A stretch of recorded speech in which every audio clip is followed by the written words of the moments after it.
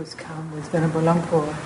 Panyapatipo, who has come to speak to us. Ajahn Abbey has come, and other monks whose names escape me at the moment. But we're very, very happy to have him here, and it's very nice to see you all. So Ajahn Plien, thank you. Okay, very good. เดี๋ยวผมขออนุญาตแนะนำหลวงพ่อก่อนคือเขาแสดงความยินดีที่ได้ต้อนรับแต่เขาขอให้ผมแนะนำหลวงพ่อเพราะว่าเขายังไม่รู้จักหลวงพ่อ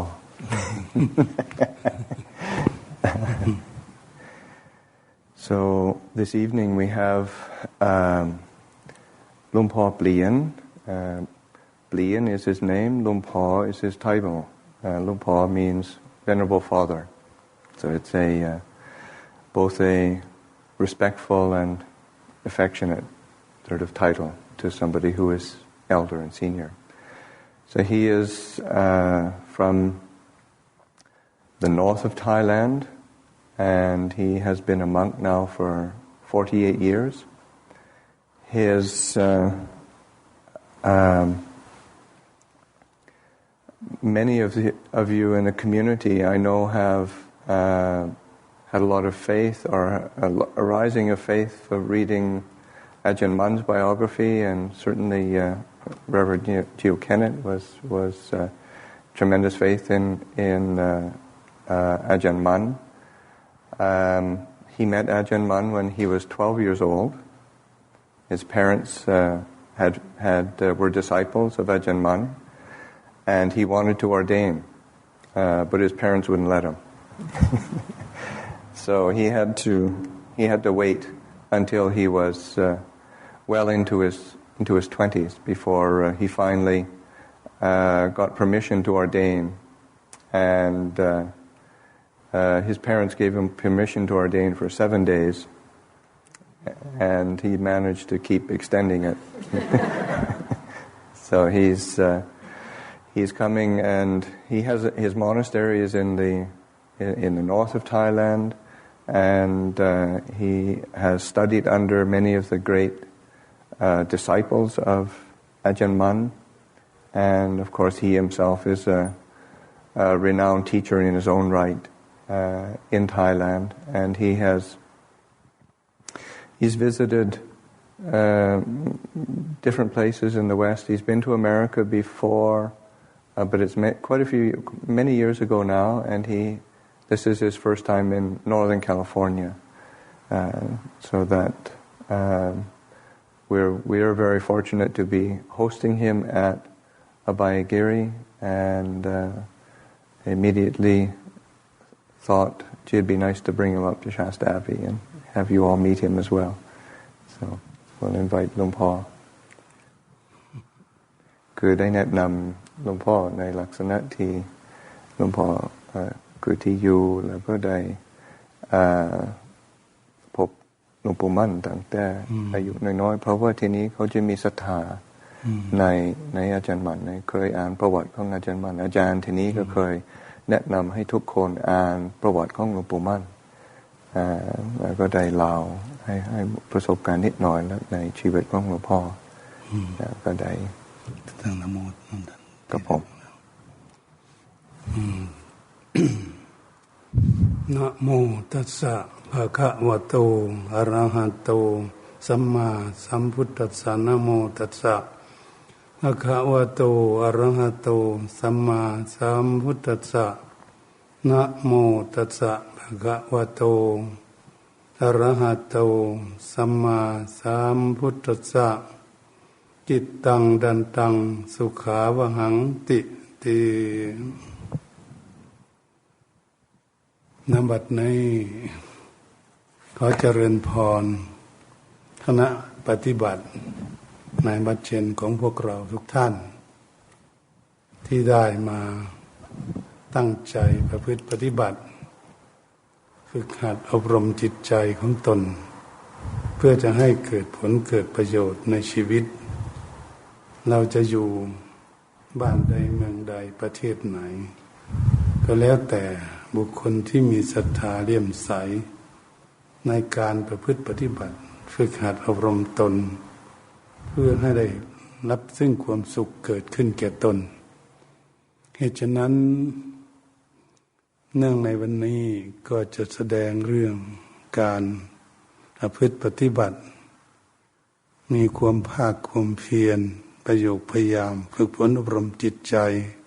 ของพวกเราทั้งหลายเพื่อให้เกิดผลเกิดประโยชน์เกิดขึ้นแก่ตนการฝึกฝนอบรมจิตใจโดยความภาคความเพียรพระพุทธองค์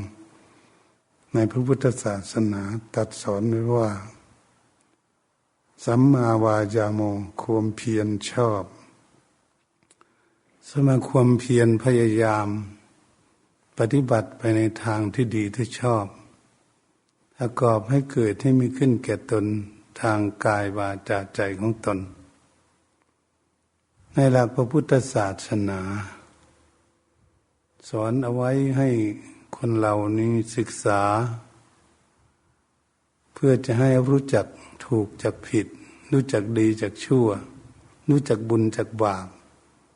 รู้จักคุณจักโทษรู้จักประโยชน์หรือไม่ใช่ประโยชน์เพื่อจะแสวงหาสิ่งที่เป็นประโยชน์นั้นให้ไปในทางที่ถูกต้องในการดำเนินวิถีชีวิตจึงจะทำให้เรานี้เกิดความร่มเย็นเป็นสุขเกิดขึ้นมาได้เราจะอยู่ที่ใดอยู่ที่นี่ก็ได้อยู่ที่ประเทศไหนก็แล้วแต่ถ้าบุคคลมีความภาคเพียรพยายามหาวิธีละบาปความชั่วบำเพ็ญความดีแล้วก็จะเกิดผลเกิดประโยชน์เกิดขึ้นแก่ตนได้รับผลและประโยชน์คือความร่มเย็นเป็นสุขของจิตใจการความปรารถนาของเราทั้งหลายนั้นก็คือปรารถนาอยากมีความสุขไม่มีใครอยากมีความทุกข์ในโลกนี้เกิดขึ้นมาแล้วอยากมีความสุขกันทั้งนั้นเหตุฉะนั้นจึงจำเป็นก็ต้องฝึกฝนอบรมตนเองเพื่อจะได้รับผลและประโยชน์คือความสุขตามความมุ่งมั่นปรารถนาของตนเองตั้งเอาไว้ในพระพุทธศาสนานั้นดังภาษิตที่ได้ลิขิตไว้เบื้องต้นนั้นว่าจิตตังดันตังสุขาวะหังจิตที่ฝึกฝนอบรมดีแล้วนำความสุขมาให้ในหลักพระพุทธศาสนาจะฝึกฝนอบรมจิตใจให้ได้รับความสุขนั้นก็ต้องมีความภาคความเพียรประโยคพยายามจึงจะให้คุณงามความดีทำให้มีความสุขเกิดขึ้นได้ในตนเองความเพียรนั้นมี4อย่างความเพียรที่เราจะประพฤติปฏิบัติฝึกหัดอบรมตนเองในข้อต้นนั้นเรียกว่าสังวรประทานตามภาษาของพระพุทธศาสนาที่ประเทศอินเดียพระพุทธองค์ทรงสอนเอาไว้ว่าสังวรประทานคือสำรวมกายของตนนั้นระวังบาปไม่ให้เกิดขึ้นทางกายของตนเองเพียรระวังบาปไม่ให้เกิดขึ้นทางวาจาคือคำพูดของตนเองเพียรระวังบาปไม่ให้เกิดขึ้นทางจิตใจของตนเองเรียกว่าสังวรประทานในข้อที่1วันนี้ข้อที่2นั้นก็คือว่าปหานประทานเพียรละบาปที่เกิดขึ้นแล้วทางกายของพวกเราถ้าหากเราเคยทำบาปมาก่อนตั้งแต่เล็กแต่น้อยมาตั้งหนุ่มสาวจนท่ามคางกลจึงได้เข้ามาประพฤติปฏิบัติแต่เกิดเราทำบาปความชั่วเอาไว้ทางกายของตนเราก็เพียรหาวิธีละให้เพียรละบาปที่เกิดขึ้นแล้วทางกายของเราเคยเป็นขโมยเคยเป็นคนมีคอร์รัปชันช่อราชบังหลวงเราก็จะหาวิธีเพียรละเพียรปล่อยเพียรวางเพียรละบาปที่เกิดขึ้นแล้วทางกายของเราเคยผิดประเวณี สามีภรรยาซึ่งกันและกันนั้นแล้วก็จะเพียรละบาปที่เกิดขึ้นแล้วทางกายเพียรละบาปที่เกิดขึ้นแล้วทางกายเราเคยดื่มแอลกอฮอล์หรือสูบยาเสพติดให้โทษทั้งหลายสูบกัญชายาฝิ่นแคปเฮโรอีนผงขาวยาเสพติดให้โทษทั้งหลายเราเคยดื่มเคยกินมาแล้วเราต้องเพียรละเพียรปล่อยเพียรวางนี่ว่าเพียรละบาปที่เกิดขึ้นแล้วทางกายของเราเพียรละบาปที่เกิดขึ้นแล้วทางวาจาคำพูดเราเคยพูดโกหกหลอกลวงคนอื่นให้เขาหลงเชื่อคำที่ไม่จริงเราเคยพูดต้องเพียรละเพียรปล่อยเพียรวางเราเคยพูดส่อเสียดยุยงส่งเสริมให้คนอื่นที่สามัคคีกันแตกสามัคคีกันเราเคยพูดมาแล้วต้องเพียรละเพียรปล่อยเพียรวางมันละไม่ได้ก็ต้องเพียรละเราเคยพูดคำหยาบจำไว้จะคำหยาบโลนคำที่ไม่เพราะไม่สนอหูไม่มีใครอยากฟังคำพูดที่ไม่ไพเราะไม่สนอหูให้อ่อนหวานนุ่มนวลแล้วพูดคำหยาบแก่คนเฒ่าแก่แก่พ่อแก่แม่แก่เพื่อนแก่ฝูงแก่ลูกแก่หลานต่างๆเหล่านั้นถ้าเราเคยพูดคำหยาบมาแล้วเราต้องเพียรละเพียรปล่อยเพียรวางคำพูดที่ไม่ดีเช่นนั้นแล้วเพียรละการที่เราพูดเพ้อเจ้อเลวไหลไม่มีประโยชน์อะไรให้เป็นคุณงามความดีที่บุคคลที่อื่นที่นำไปประพฤติปฏิบัติเขาเรียกว่าพูดเพ้อเจ้อเลวไหลไร้สาระประโยชน์ทั้งชาตินี้และชาติหน้าแล้วก็เพียรละเพียรปล่อยเพียรวางจากคำพูดของตนเองเสีย วันนี้เราเพียรละบาปที่เกิดขึ้นแล้วทางจิตใจของเราจิตใจของเคยโลภะโลภมากอะไรทุกอย่างจะเป็นของตนเองหมดอยู่บ้านใดเมืองใดรัฐไหนประเทศไหนจะยึดเอาเป็นของตนเองหมดเรียกว่าคนโลภะโลภมากเคยคิดมาแล้วจนเกิดทุกข์แล้วต้องเพียรละความคิดนั้นเราเคยคิดโกรธเกลียดเครียดแค้นพยาบาทอาฆาตจองเวรอยากทุบอยากตีอยากฆ่ากันอยากลบลาฆ่าฟันกันต่างๆเกิดขึ้นภายในจิตใจแล้วก็เพียรละออกไปจากจิตใจของพวกเรานี่เราเพียรละบาปที่เกิดขึ้นแล้วทางจิตใจอันนี้โมหะจิตใจของเราหลงไหลไม่รู้จักบุญจักบาปไม่รู้จักคุณจักโทษไม่รู้จักประโยชน์หรือไม่ใช่ประโยชน์นี่ว่าคิดไม่รู้จักว่าอะไรเป็นบุญนำความสุขมาอะไรเป็นบาปนำความทุกข์มาให้ไม่รู้ไม่เข้าใจไม่มีปัญญาแล้วควรที่จะเพียรละบาปที่เกิดขึ้นแล้วภายในจิตใจของเราเหตุฉะนั้นเรียกว่าปหานประทานเพียรละบาปที่เกิดขึ้นแล้วทางกายวาจาใจของตนเอง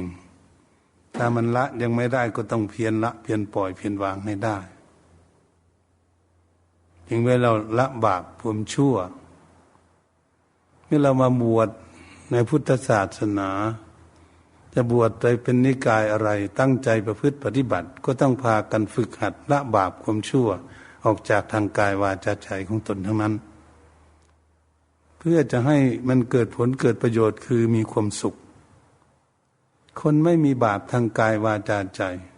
มันก็เป็นคนมีความสุขอยู่บ้านใดเมืองใดประเทศไหนลัทธิไหนก็แล้วแต่เราจะบวชนิกายใดลัทธิใดก็แล้วแต่ถ้าหากเรารู้จักว่าอะไรเป็นบาปแล้วก็เพียรละทางกายบาปทางวาจาก็เพียรละบาปทางจิตใจความคิดก็เพียรละเพียรปล่อยเพียรวางก็จะทำให้ตนเองนี่มีความสุขเกิดขึ้นนี้เป็นหลักที่เราจะปฏิบัติฝึกหัดตนเอง เพื่อให้เกิดความร่มเย็นเป็นสุขเกิดขึ้นวันนี้ภาวนาประทานคันว่าเรามีความตั้งจิตตั้งใจฝึกฝนอบรมจิตใจให้สงบเป็นสมาธิก็เรียกว่าภาวนาประทานเพียรยังกุศลให้เกิดขึ้นทางกายวาจาใจของตนแล้วมีรูปร่างกายของพวกเราจะชาติใดภาษาใดลัทธิไหนก็แล้วแต่มีรูปร่างกายแล้วเราได้มาจากคุณงามความดีจึงได้มาเกิดเป็นมนุษย์ได้ร่างกายบริสุทธิ์บริบูรณ์ทั้งหญิงและทั้งชายนี่เรามาด้วยบุญด้วยกุศลด้วยคุณงามความดีของตนที่สร้างเอาไว้ตั้งแต่ชาติอดีตที่ผ่านมาเรามาเกิดชาตินี้เราจึงได้รูปร่างกายนี้สมบูรณ์ผู้ชายก็มีรูปร่างกายสมบูรณ์ผู้หญิงก็มีรูปร่างกายสมบูรณ์เรียกว่าคนมาด้วยบุญด้วยกุศลมาด้วยกรรมดีของตนที่สร้างเอาไว้แต่ชาติอดีตที่ผ่านมาเมื่อมาเกิดในชาติปัจจุบันนี้ก็ทำให้เหล่านี้ได้รูปร่างกายสมบูรณ์เมื่อเราได้รูปร่างกายสมบูรณ์อย่างนี้เราก็ควรที่สร้างสมอบรมคุณงามความดีของตนเองให้เพิ่มพูนบุญบารมีของตนให้มากขึ้นให้ดีขึ้นกว่าเดิมดีกว่าเรามาเกิดในชาตินี้ชาติต่อไปนี้ถ้าเรายังเกิดอีกต้องให้ดีกว่านี้มีสติปัญญาดีกว่านี้เฉลียวฉลาดกว่านี้มีรับเกิดความร่มเย็นเป็นสุขดีกว่านี้จุดมุ่งหมายการประพฤติปฏิบัติเหตุฉะนั้นเรามีรูปร่างกายแล้วเราไม่ฆ่าสัตว์หรือเพื่อนมนุษย์ทั้งหลายเว้นจากการฆ่าการเบียดเบียนกันการทำลายกันเราก็จะได้ศีลข้อที่หนึ่งเราเว้นจากการเป็นโจรเป็นขโมยคอร์รัปชันเราก็จะได้ศีลข้อที่สองเป็นผู้มีศีลเราเว้นจากการประพฤติผิดสามีภรรยาซึ่งกันและกันสำรวมระวังอยู่เราก็ได้ศีลข้อที่สามวันนี้เราเว้นจากการดื่มสุราสูบกัญชายาปิ่นแคปเฮโรอีนผงขาวยาเสพติดให้โทษทั้งหลายเราเว้นเราไม่ดื่มไม่สูบร่างกายของเราก็เป็นมงคลร่างกายก็เป็นร่างกายที่มีศีลธรรมเกิดขึ้นนี่ก็เรียกว่ารักษาศีลทางกายวันนี้เรามีวาจาคำพูดจาภาษากันเราพูดให้มีความซื่อสัตย์สุจริตตรงไปตรงมาต่อกันบุคคลอื่นเชื่อมั่นในคำพูดของเราแม้จะเป็นเด็กก็ดีเป็นหนุ่มสาวหรือท่ามกลางคนจนเฒ่าจนแก่ก็ตามพูดจาภาษามีความซื่อสัตย์สุจริตตรงไปตรงมานี้มีคนเชื่อคำพูดของเราเขาเคารพคำพูดที่เราจะพูดกับใครเขามีความเคารพเหตุฉะนั้นพระผู้มีพระภาคเจ้าทางพระพุทธศาสนาพระบรมศาสดาสัมมาสัมพุทธเจ้านั้นพระองค์ทรงตรัสสอนว่าใครอยากชนะนักปราชญ์ราชบัณฑิตเมธีผู้มีความเฉลียวฉลาดนั้นควรพูดคำซื่อสัตย์ต่อนักปราชญ์นักปราชญ์จะรับรองคำพูดของบุคคลนั้นว่าพูดเป็นคำสัตย์คำจริงจึงเรียกว่าสัจจังเวอมตาวาจาคำสัตย์แลเป็นวาจาที่ไม่ตายเหมือนศาสนธรรมคำสอนขององค์สมเด็จพระสัมมาสัมพุทธเจ้าพระพุทธองค์ทรงตรัสสอนเรื่องศีลสมาธิปัญญาสอนเอาไว้หรือมรรคมีองค์8สอนให้รู้จักทุกข์สมุทัยนิโรธมรรคพระพุทธองค์ทรงตรัสสอนเอาไว้ก็หนึ่งไม่มีสองพระพุทธองค์ตรัสไว้อย่างไร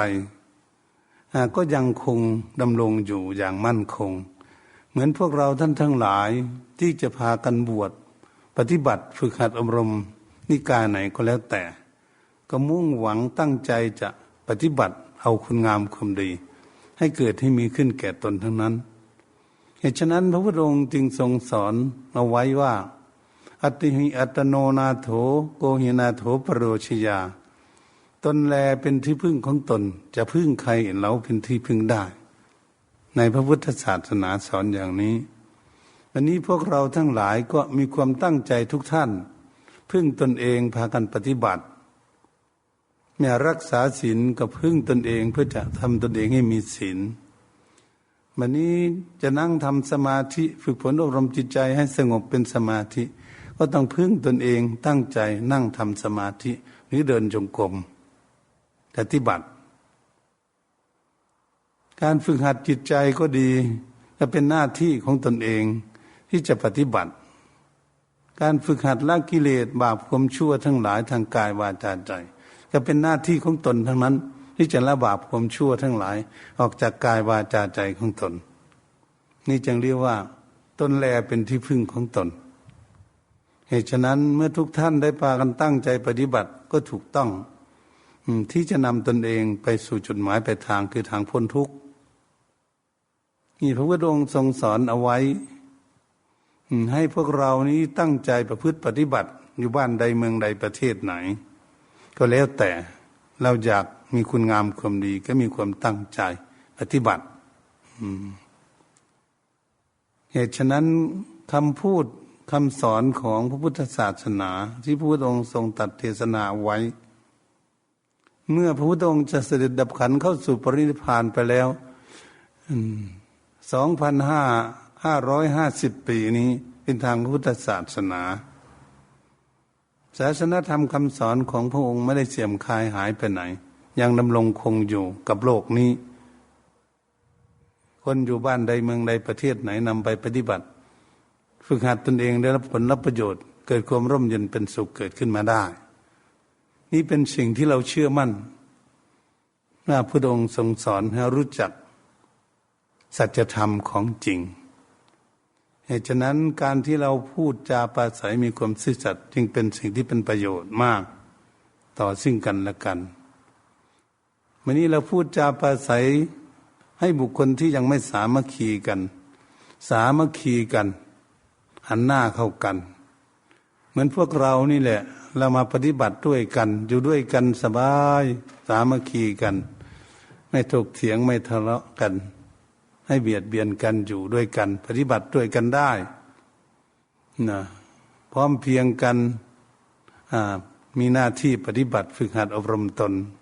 ก็เรียกว่าความสามัคคีไม่ใช่การพูดจาปราศัยให้บุคคลที่สามัคคีกันอยู่นั้นให้สามัคคีหนักแน่นมั่นคงเข้าไปอีกความสามัคคีนั้นเป็นความสุขที่จะเกิดขึ้น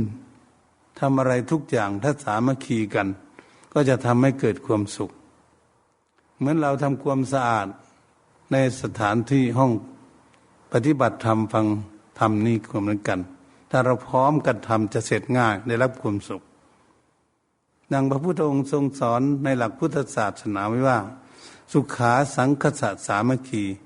ความพร้อมเพรียงของหมู่สงฆ์ทำให้เกิดสุขที่ก็ว่าสามัคคีกันพร้อมเพรียงกันนี่พวกเราทั้งหลายก็พากันตั้งใจพูดจาปราศัยกันให้สามัคคีหนักแน่นมั่นคงเข้าไปอยู่ด้วยกันแบบความร่มเย็นเป็นสุขไม่ใช่การพูดจาปราศัยให้เลือกคำพูดไพเราะสนอหูเราพูดคำไพเราะสนอหูชาติใดภาษาใดก็แล้วแต่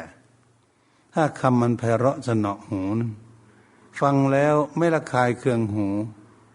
ฟังแล้วไม่เดือดร้อนวุ่นวายผู้พูดก็ไม่เดือดร้อนผู้ฟังก็ไม่เดือดร้อนเรียกว่าคำไพเราะสนอหู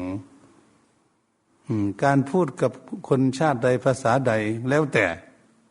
ภาษาที่จะสมมุติขึ้นมาเป็นว่าคำที่พูดจาปราศัยที่ดีมีคำไพเราะสนอหูแล้วจะทำให้เราฟังนี้สบายใจมีความสุขใจได้ยินได้ฟังแล้วนี่ว่าคำไพเราะสนอหูไม่ว่าตั้งแต่มนุษย์ของพวกเราตั้งแต่สัตว์เดรัจฉานจะเป็นช้างเป็นสุนัขเป็นลิงเป็นอะไรสัตว์ต่างๆถ้าพูดจาปราศัยกับเขาดีเขาก็ชื่นใจเราจะเห็นได้ง่ายเหมือนกับคนเลี้ยงสุนัขเอาไว้ถ้าพูดจาปราศัยกับสุนัขที่พูดจาปราศัยดีสุนัขจะเดินเข้ามาหาดีหางเข้ามาหาเลยทีเดียวมาเลียแข้งเลียขาท ทำจิตใจให้ช่ำชื่นเบิกบานเพราะอะไรเพราะเราพูดไพเราะสนอหูกับเขาเนี่ยแต่สัตว์เขายังรู้คำไพเราะสนอหูเราพูดจาปราศัยกันเป็นมนุษย์นี่มันก็ยิ่งรู้ยิ่งเข้าใจสมมุติภาษาว่าคำมันไพเราะนั่นคำมันดีนะพูดแล้วยิ้มแย้มแจ่มใสช่ำชื่นเบิกบานต่อกันมีความสุขเรียกว่าคำไพเราะสนอหูเราก็พยายามฝึกพูดคำไพเราะสนอหูต่อซึ่งกันและกันวันนี้การพูดจาปราศัยให้มีเหตุมีผลทั้งชาตินี้และชาติหน้าคำมาพูดจาปราศัยให้มีเหตุมีผลทั้งชาตินี้และชาติหน้านั้นก็คือว่าเหมือนพวกเราท่านทั้งหลายชวนกันมาบวชเป็นนิกายเซนก็ดีในนิกายพุทธศาสนาก็ดีเถรวาทมหายานอะไรก็แล้วแต่ชาวซิกชาวฮินดูก็แล้วแต่แต่เราชักชวนกันพากันปฏิบัติดีพากันรักษาศีลพากันภาวนาพากันฝึกฝนอบรมจิตใจเพื่อละกิเลสเป็นคุณงามความดีทั้งนั้นเราพูดจาปราศัยกันไปในทางที่ดีมีประโยชน์นี่พระพุทธองค์ทรงสอนมาอย่างนี้ก็เรียกว่าพูดจาปราศัยเป็นมงคลเกิดขึ้นสุภาทิตาจยาวาจาเอตมังคลมุตตมังในพระพุทธศาสนาเป็นมงคลนั้นสูงสุดวันนี้เราทำมงคลให้เกิดขึ้นในจิตใจของตนการที่จะฝึกฝนอบรมจิตใจของตนนั้นให้สงบเป็นสมาธิ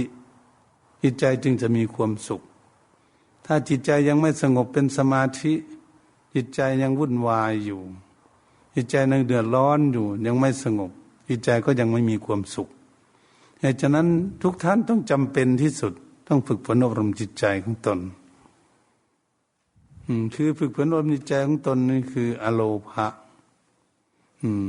คำว่าอโลภะก็คือไม่ให้จิตใจของเราโลภมากจนเกิดทุกข์อยากได้อะไรก็จนดิ้นรนจนเกิดทุกข์ไม่ให้เป็นอย่างนั้นให้พอดีให้อยากได้พอดีพอเหมาะพอสมถูกจากหลักศีลธรรมเรียกว่าสัมมาชีโวเลี้ยงชีพให้เหมาะสมกับชีวิตมันนี่อโทสะเราจะฝึกจิตใจของเราไม่ให้โกรธเกลียดเครียดแค้นพยาบาทอาฆาตจองเวรคนนั้นคนนี้เพื่อนมนุษย์และสัตว์ทั้งหลายไม่โกรธใครไม่เกลียดใครให้จิตใจของเรามีเมตตาอารีต่อซึ่งกันและกันเกิดขึ้นภายในจิตใจของเรานั้นก็เรียกว่าจิตใจของเราจะเป็นมงคลอโมหะเราควรที่จะฝึกฝนอบรมจิตใจของตนเองให้มีความเฉลียวฉลาดให้รู้จักว่าบุคคลใดมีบุญมีคุณแก่ตนเช่นพ่อแม่ของเราหรือบิดามารดาของเราเห็นผู้มีบุญมีคุณเลี้ยงเรามาตั้งแต่เล็กจนใหญ่ท่านมีบุญมีคุณต่อเราท่านเลี้ยงชีวิตของเราไว้ได้และพี่น้องก็มีบุญมีคุณแก่ตนช่วยเหลือซึ่งกันและกันได้ในกิจการงานปู่ย่าตายายก็เหมือนกันเลี้ยงลูกเลี้ยงหลานที่เราเห็นปู่ย่าตายายจูงลูกจูงหลานไปโน่นไปนี้ดูแลลูกหลานก็มีบุญมีคุณเหมือนกันครูอาจารย์สอนหนังสือให้เรารู้จักคำสมมุติครูบาอาจารย์นั้นก็สอนให้เราเป็นผู้มีวิชาความรู้ก็มีบุญมีคุณแม้นี่ครูอาจารย์ที่บวชในพุทธศาสนาหรือพวกเราทั้งหลายนี่พวกเรามาบวชแล้วรู้จักบุญจักบาปรู้จักศีลรู้จักทำสมาธิรู้จักความดีละบาปความชั่วก็สอนคนอื่นที่เข้ามาหาพวกเราเรียกว่าเป็นผู้สอนให้คนรู้จักละบาปความชั่วมันเป็นความดีมีบุญมีคุณพวกท่านทั้งหลายก็มีบุญมีคุณแก่ผู้ที่เข้ามาหาทั้งหญิงและทั้งชายก็ดีได้ปฏิบัติรักษาศีลภาวนาฝึกพนอบรมจิตใจแล้วก็แนะนำสั่งสอนเขาให้ละบาปความชั่วบำเพ็ญความดีเพราะเราก็เป็นผู้มีบุญมีคุณเหมือนกันเหตุฉะนั้นจิตใจของบุคคลรู้จักคุณจักโทษรู้จักบุญจักบาปบาปความชั่วก็คือทุกข์ความดีบุญก็คือความสุขเหตุฉะนั้นเราก็สอนให้เขารู้เขาเข้าใจก็เรียกว่าเราก็เป็นผู้มีบุญมีคุณแก่เขานี่การฝึกฝนอบรมจิตใจของเรานั้นให้เป็นอโลภะ อโทสะไม่โกรธไม่เกลียดบุคคลผู้ใดให้มีเมตตาอโมหะไม่หลงเข้าใจในบุคคลที่มีบุญมีคุณแก่ตนแล้วก็ต้องหาวิธีจะตอบสนองแทนบุญแทนคุณของท่านตามกำลังความสามารถที่ตนเองจะกระทำได้จิตใจของเราก็เป็นมงคลเกิดขึ้นวันนี้เราจะให้จิตใจของเราเป็นมงคลจริงๆเราต้องฝึกฝนอบรมจิตใจให้สงบเป็นสมาธิการฝึกฝนอบรมจิตใจให้สงบเป็นสมาธินั้นก็คือว่าต้องมีสติสติคือความระลึกได้สติเป็นภาษาประเทศอินเดียแรงเกวดสัมปชัญญะก็เป็นภาษาอินเดียแรงเกวดเหมือนกันวันนี้จิตใจนั้นก็คือจิตเป็นภาษาอินเดียใจเป็นภาษาไทยก็คือไม้คือโยไม้คือจิตของเราอันนี้คือจิตใจเราจะฝึกจิตใจของเรานี้ตัวสำคัญที่สุดเพื่อจะให้จิตใจของเรานั้นสงบให้มีความสุขถ้าจิตใจของเราไม่มีความสุขเราอยู่ที่ไหนนะถ้าจิตใจทุกข์หมดในโลกเนี่ยไม่มีความสุขในโลกนี้ถ้าจิตใจทุกข์ถ้าจิตใจมีความสุขอยู่ที่ไหนจึงจะมีความสุขคนเรานะเหตุฉะนั้นจิตใจของพวกเรานี่เพิ่งว่ามันเป็นนายมโนปุผังคมาธรรมามโนเศรษฐามโนมายาใจเป็นหัวหน้าใจเป็นประธานใจสิเลิศใจสิประเสริฐสำเร็จแล้วด้วยจิตใจพวกท่านทั้งหลายจะปฏิบัติก็เพราะจิตใจของพวกท่านอยากปฏิบัติผู้ที่จะมาฟังเทศมาฟังธรรมมาปฏิบัติก็จิตใจอยากมาไม่ใช่ร่างกายอยากมาจิตใจอยากมาจิตใจจึงยึ่งยุดชุดเอารูปร่างกายนี้มาในสถานที่นี้ได้ก็เพราะจิตใจเขาอยากมาที่นี้ถ้าจิตใจไม่อยากมาเราจะเอารถยี่ห้อไหนไปรับก็ไม่มาเราเห็นได้ชัดเจนอย่างนั้นเป็นเรื่องของจิตใจเป็นใหญ่เหตุฉะนั้นถ้าจิตใจของเรายังทุกข์ยังวุ่นวายไม่สงบอยู่เมื่อจิตใจทุกข์แล้วนั้นพูดก็ไม่ดีการพูดไม่ดีคนเราเนี่ยเพราะจิตใจไม่ดีจิตใจเป็นคนสั่งพูดควรศึกษาเรื่องนี้จะได้เข้าใจวันนี้ถ้าหากคนพูดไม่ดีคนจิตใจไม่ดีก็ทำงานก็ไม่ดีไปนะทำการงานอะไรไม่ดีทั้งนั้นถ้าจิตใจไม่ดีเพราะจิตใจมีความทุกข์ถ้าจิตใจมีความทุกข์แล้วเราจะทานอาหารก็ไม่อร่อยนอนก็ไม่หลับอีกช่วยด้วยจิตใจทุกข์ตรงนี้แหละเราจึงจะทำความเข้าใจว่าเราจะฝึกจิตใจให้มีความสุขเราจึงจะมีความสุขอันนี้การฝึกฝนอบรมจิตใจเพื่อจะให้จิตใจสงบต้องอาศัยสติคือความระลึกได้สัมปชัญญะคือความรู้ตัวให้ฝึกสติระลึกเร็วรู้เร็วรู้เท่าทันกับจิตใจที่เราคิด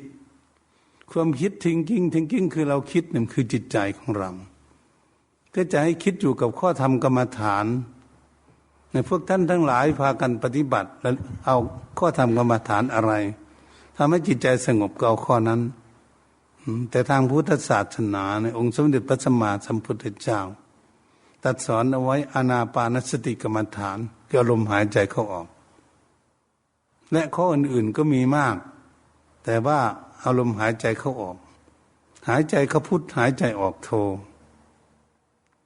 ให้จิตของเราดูกับลมหายใจเข้าออกอยู่วันนี้การนั่งทำสมาธิการนั่งปฏิบัติพวกท่านจะนั่งเก้าอี้สบายก็ได้แข้งขาไม่ดีนั่งเก้าอี้สบายเราจะฝึกที่จิตใจของเราไม่ได้ฝึกที่ขาไม่ได้นั่งขัดสมาธินั่งเก้าอี้สบายนี่นะวันนี้เราจะใช้สติความระลึกได้สัมปชัญญะความรู้ตัว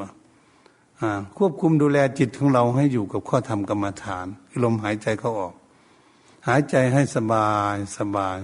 หายใจให้โล่งๆหายใจให้ปลอดโปร่งให้สบายตั้งกายให้ตรงดำรงสติให้มันแล้วหลับตาเบาๆนี่คือหลับตาเบาๆนั่งอยู่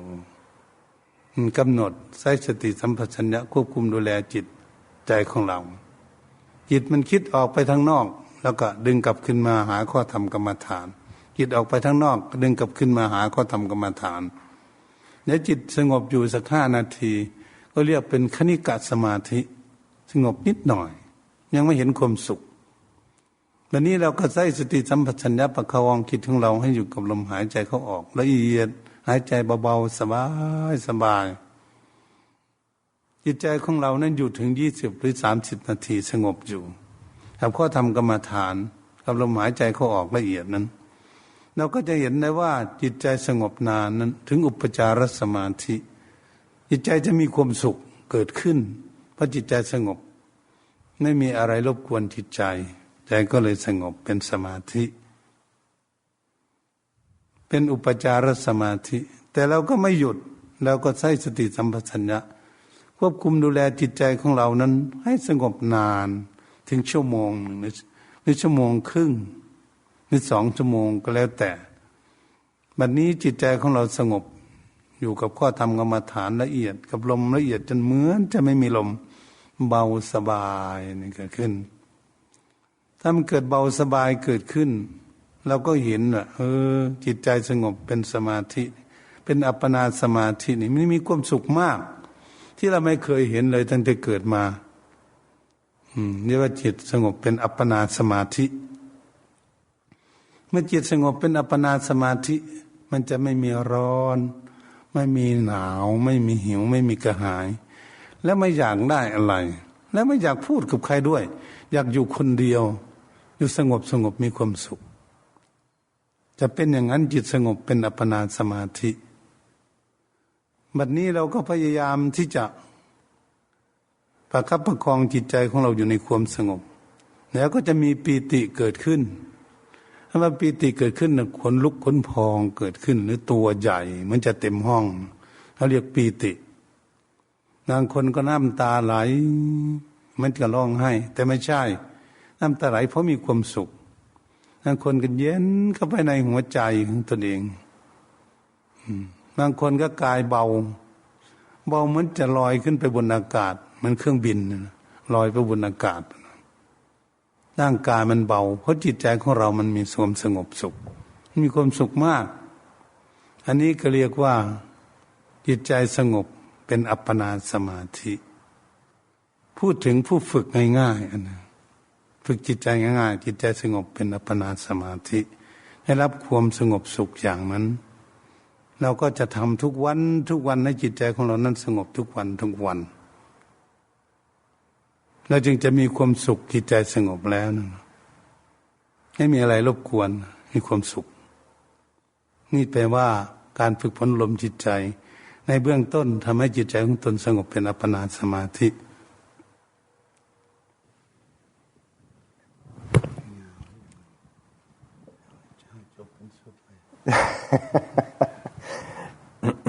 He said he went on a long time. He said it's like wanting everybody to be able to finish the whole course all at once. So he began by paying respects to the Buddha, Dhamma, and Sangha, and he also began by giving a blessing, hoping that, wishing that we all, grow in wholesome qualities and in the blessings of the Buddha, Dhamma, and Sangha. We've gathered here this evening because we all have faith in the teachings and the way of training. And this evening he would like to speak about the way of training and practice, and in particular encouragement in that training and the application of effort and energy. The Buddha pointed to, one of the factors of the path that the Buddha pointed to was samma vayama, and that is almost always translated as right effort, and that effort should be, or say the effort, energy, resolve, should be, say the effort and energy that we put into knowing what is, say, what's correct, what's wrong, what's good, what's bad, what is a blessing and what is a curse for us? What is it that is obstructions for us? To be able to put forth effort and energy towards the knowing of what is the way of progress and what is the way of benefit. How do we progress on the path? How do we derive benefit? How do we stabilize the benefits that arise from our practice and our training? As we train and put forth this effort, then whoever does this, whoever puts energy into it, they'll be able to relinquish what is unskillful, what is unwholesome, and be able to establish themselves in what is good, what is wholesome. And when one is able to do that, I mean, the reason why we do it and the result of that kind of effort is that it will decrease our suffering and our dis-ease, and will increase our happiness and well-being. And there's a quote from the Buddha, a short, pithy saying that just basically says, happiness arises from the well-trained mind. And sort of a truism. But, I say the Buddha has said that,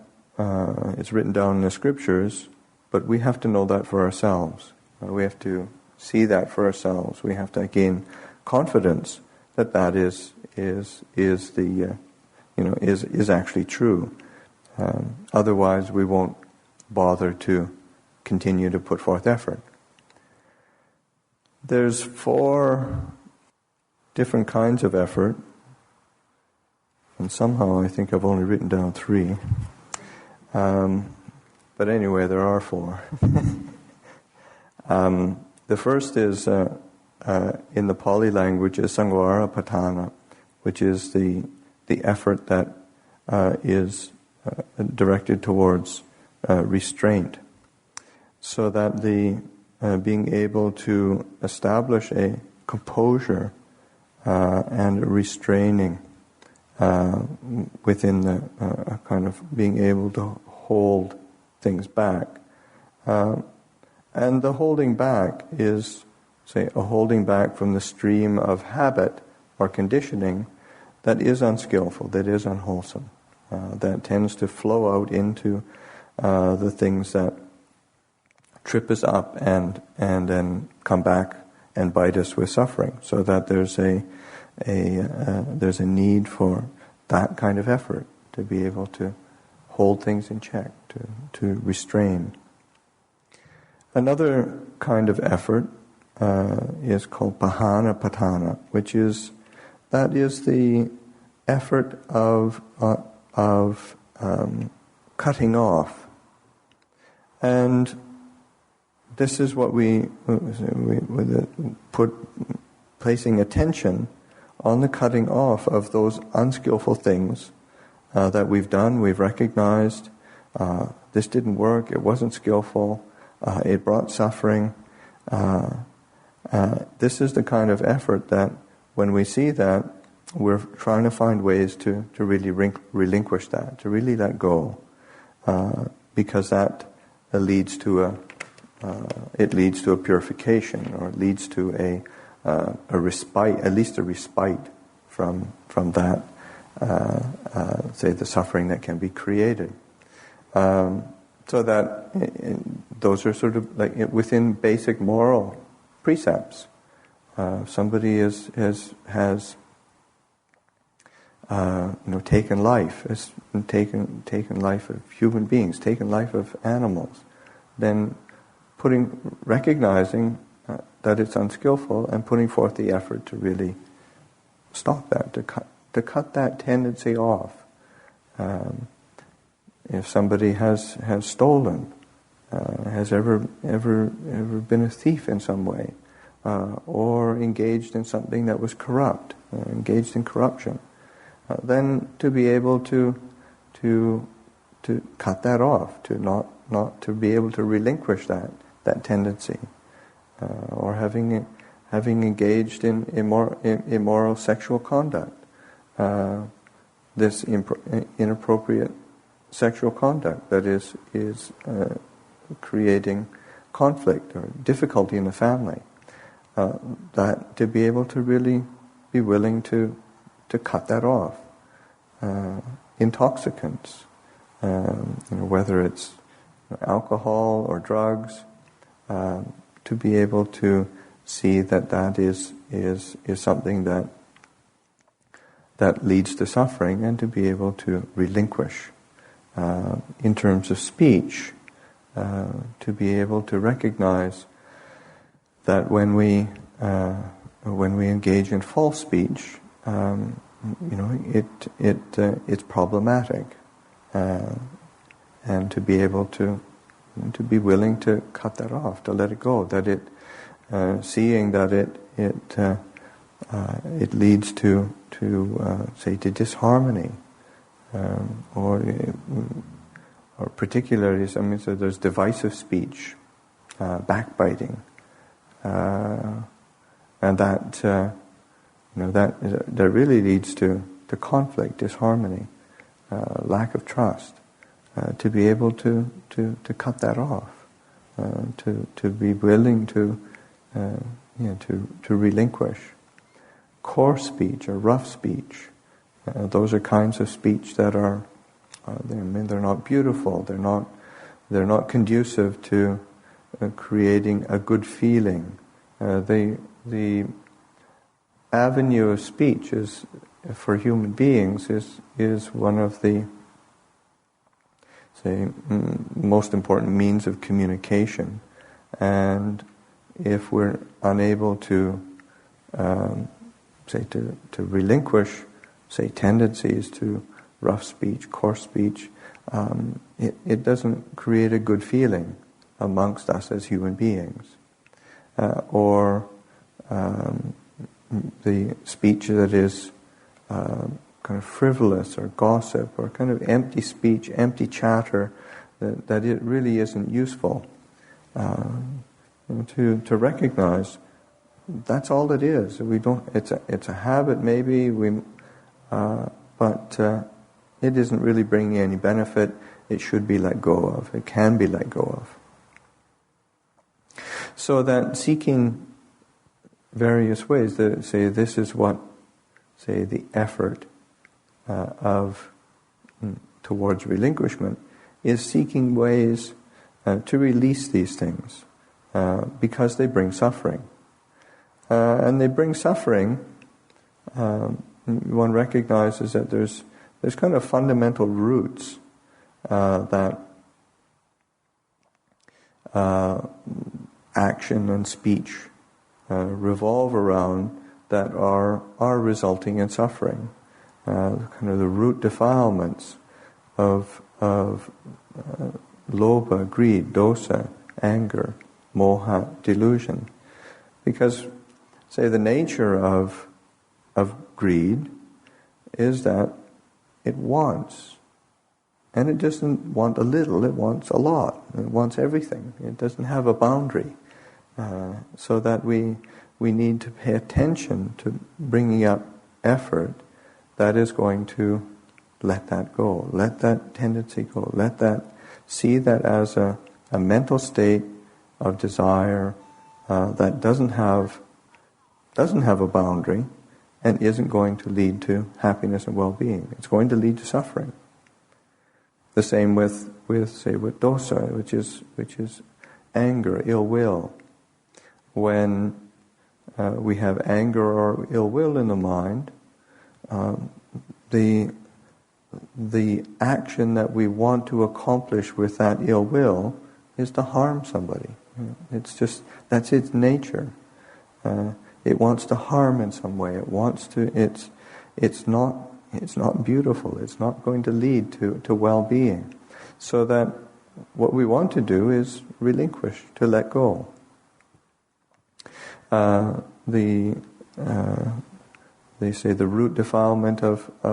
moha, of delusion, keeps bringing us to a lack of discernment, a lack of clarity. And when we have a lack of discernment, a lack of clarity, we can't make wise choices, we can't make wise decisions. So that to be attending to how to bring up effort that is going to cut off, is going to let go, that is going to relinquish. So that when we're still unable to let go, we have to be willing to train.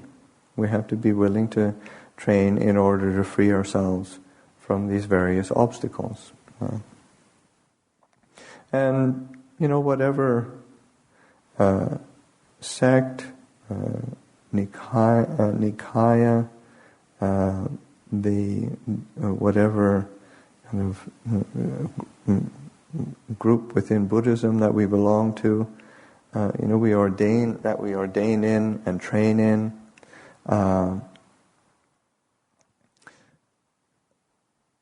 And if we're practicing following the teachings of the Buddha, we have to let go in order to experience happiness. And that is that's one of the basic foundations of any kind of training. That happiness arises when we're able to let go of whatever is an obstacle, whenever we can put it down, whenever we can relinquish and put down what is being a burden for our mind. Another type of effort is bhavana patthana. So that bhavana means, sometimes it's used as a sort of a general term for meditation. So it has more of its literal meaning is to sort of bringing into being, or development, like mental development, development in the skillful, development in the wholesome. So that all of us who are here, we've all taken birth in the human realm, and because we have taken birth in the human realm, part of the faculties that we have is to be able to understand our life and understand how to develop, how to grow, how to increase, how to bring into being the good, how to bring into being the beneficial. So that the goal of our practice is to increase our goodness, increase our happiness, increase our peace, and this is the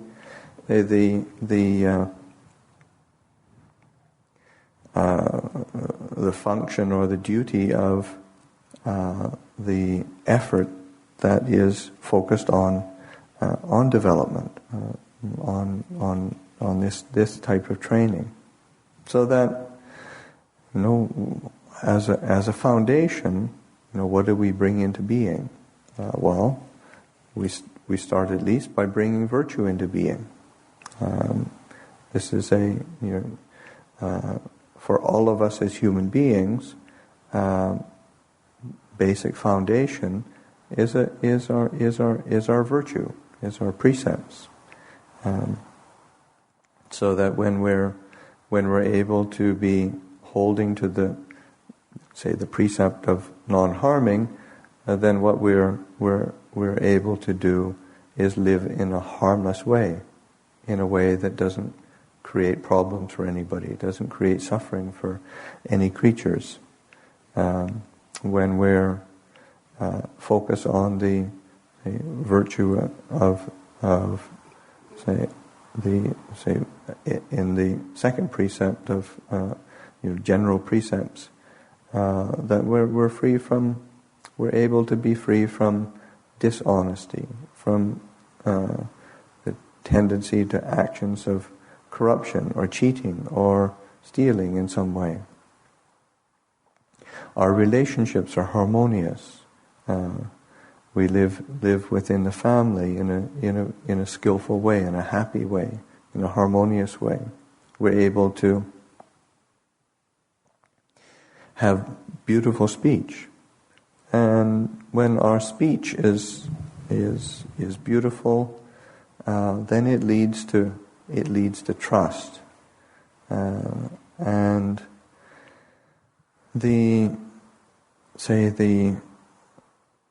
and this is not something little within the human condition, to be able to live in a way that we can trust what somebody else says, that it's true, it's beneficial, that it is timely. That's actually pretty rare. It's hard to come across. So that it's something that we should really be focusing on training ourselves in, so that we can be able to support that within ourselves and grow towards that. So there's another saying of the Buddha's, which I'm loosely translating as sort of like truth is the anchor that holds things together, and this is something that, say, like the Buddha,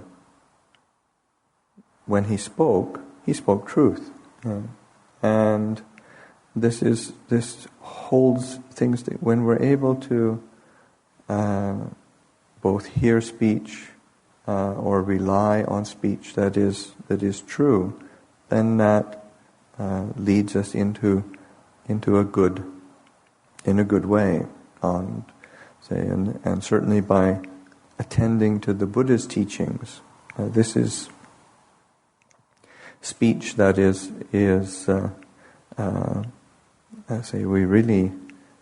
really worthy of attending closely to. The Buddha, when the Buddha spoke, one of the things that he spoke, or all of his speech was grounded in, was the Four Noble Truths, so that we could understand and trust in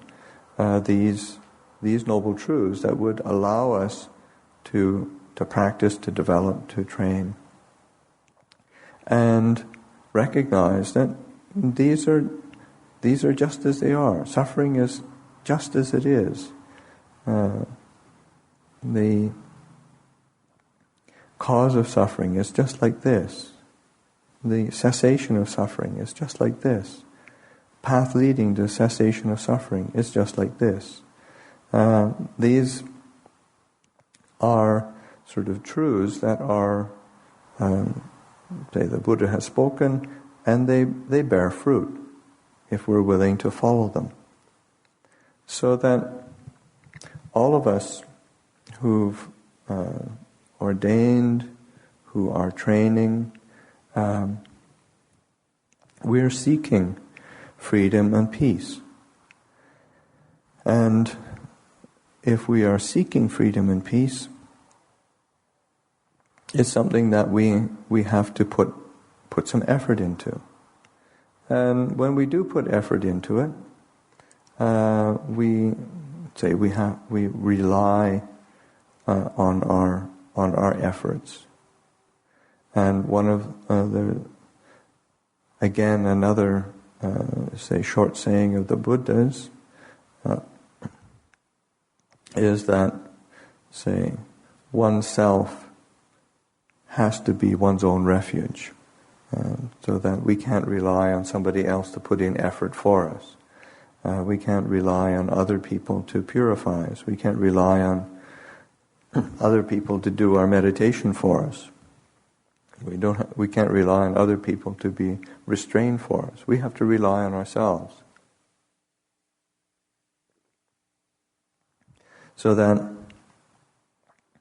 when that is the reality and the truth, that say we are our own refuge, the Buddha encouraged us to practice and train. This is the purpose of seeing. When we say we are our own refuge, that means we can't be lazy, we can't be indolent. We've got to be willing to practice. We've got to be willing to train. And the teachings that the Buddha has given, these teachings, they're still true. They're still relevant. It isn't as if they're, somehow they're outdated, outmoded, so we don't have to pay attention to them. The Buddha passed away, over 2,500 years ago, and these teachings are still true. These are teachings that point to natural truths, the truth of human existence, the truth of the nature of the world we live in, the truth of suffering and the end of suffering, which is kind of the glue or the middle point that we need to be attending closely to. One of the aspects of the teachings that is important to attend to is to recognize that these teachings encourage harmony. If we follow these teachings, and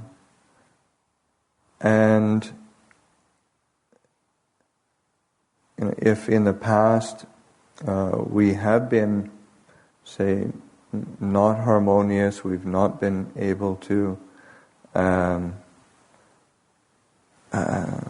be skillful in ways that will allow kind of a harmony and unity to and a sense of smoothness to arise in our relationships with others. If we really practice and train within these teachings, this harmony will arise. If we follow the training, we follow the teaching, we're diligent in practicing it, and if we've already created a good quality of harmony and ability to live harmonious with others already, that harmony will become firmer. It'll become more solid. And one of the things that the Buddha pointed to is that whatever community that lives harmoniously, they live happily. So that when we are able to live or create this sense of harmony, we're living together, whatever is undertaken as our chores or duty, those actions, they'll result in happiness. When we're living together harmoniously, whatever speech we engage in, whatever conversations we are involved with, they'll result in happiness. Happiness will arise, and it's quite natural, because if we're in order for harmony to arise, it relies on beautiful speech, or good speech, wholesome speech. But this beautiful speech naturally creates trust, creates well-being, and this is not difficult to understand. I mean, you don't even have to look at other human beings to recognize that nice speech or good speech, wholesome speech leads to well-being and harmony. If you just speak nicely to a dog, it'll just start wagging its tail and come to you. So even common animals understand that, as human beings. So it's even more the case that we have to remember that, to recollect that, so that we attend carefully to our speech, so that we can live together harmoniously as a community. So again, whatever lineage that we ordain in, whether it's Zen or Theravada or Mahayana or Sikh or whatever, if we practice, we'll experience happiness and harmony. When we follow the teachings of the Buddha, when we follow the teachings of truth, the result is harmony and happiness. As that quality of harmony and happiness is more firmly established, that facilitates the ability of the mind to let go of kind of the root defilements, again, of the lobha, dosa, and moha, the greed, hatred, and delusion. These are kind of the root defilements in the mind that continually create problems and trouble. And its opposite, say their opposites are, say, alopa, or non-greed. So when we live with non-greed, we live with generosity, with giving, with sharing. We look after each other. That's the nature of say, non-greed. With non-anger or non-ill will, then what we turn to, rely on, establish ourselves in is loving kindness. And the nature of loving kindness, intrinsically, is to wish for the happiness of others and to wish for the happiness of oneself. So that by, say, letting go of, say, the root defilement of ill will, then that immediately places us within the ground to be living with loving kindness. When we live with non-delusion, one of the things that arises is this, let's say, a state of mind that knows clearly, a sense of gratitude, and having a feeling of wanting to repay a debt of gratitude that we have to others, and say towards our parents, recognizing that our parents have raised us and looked after us, and one wants to look after them. Our relatives, we want to, whether they're close relatives, siblings, we want to look after them. We want to care for them. Teachers, whether they were teachers in the world who gave us knowledge for how to live in the world, then you recognize and you say, whatever we are, whatever we've been able to accomplish, we've had to rely on teachers who pointed the way, so that there's a sense of a debt of feeling of a debt of gratitude that we want to repay. And spiritual teachers, Spiritual teachers show us a path to true knowledge. They show us how to discern the difference between, well, what's good and what's evil, what is beneficial, what is harmful, and that gives us the opportunity to live our lives skillfully,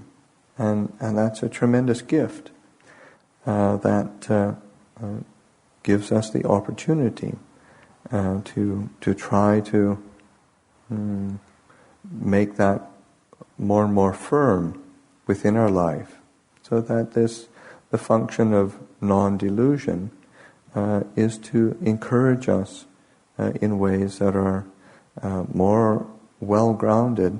in the wholesome and the shrinking back from the unwholesome. When we talk about the bhavana as in terms of meditation, in terms of a formal meditation practice, then there are things that we have to rely on.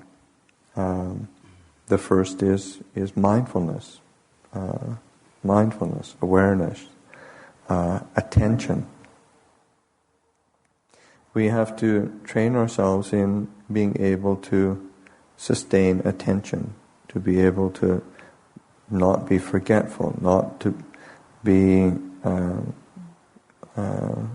just spacing out, but being very clear, very attentive to what we're doing. This is called having mindfulness, being able to place our full mind, our full attention on what we're doing. The second quality is a quality of clear comprehension. And clear comprehension is the ability of the mind to clearly comprehend what's going to be the results of our actions. What is if mindfulness is paying attention to the present moment,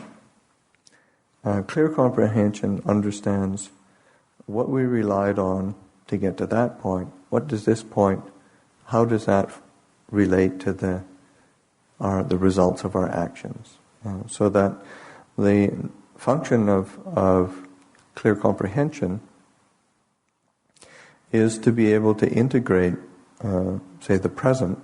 with the circumstances, the situations, the people around us. And the last,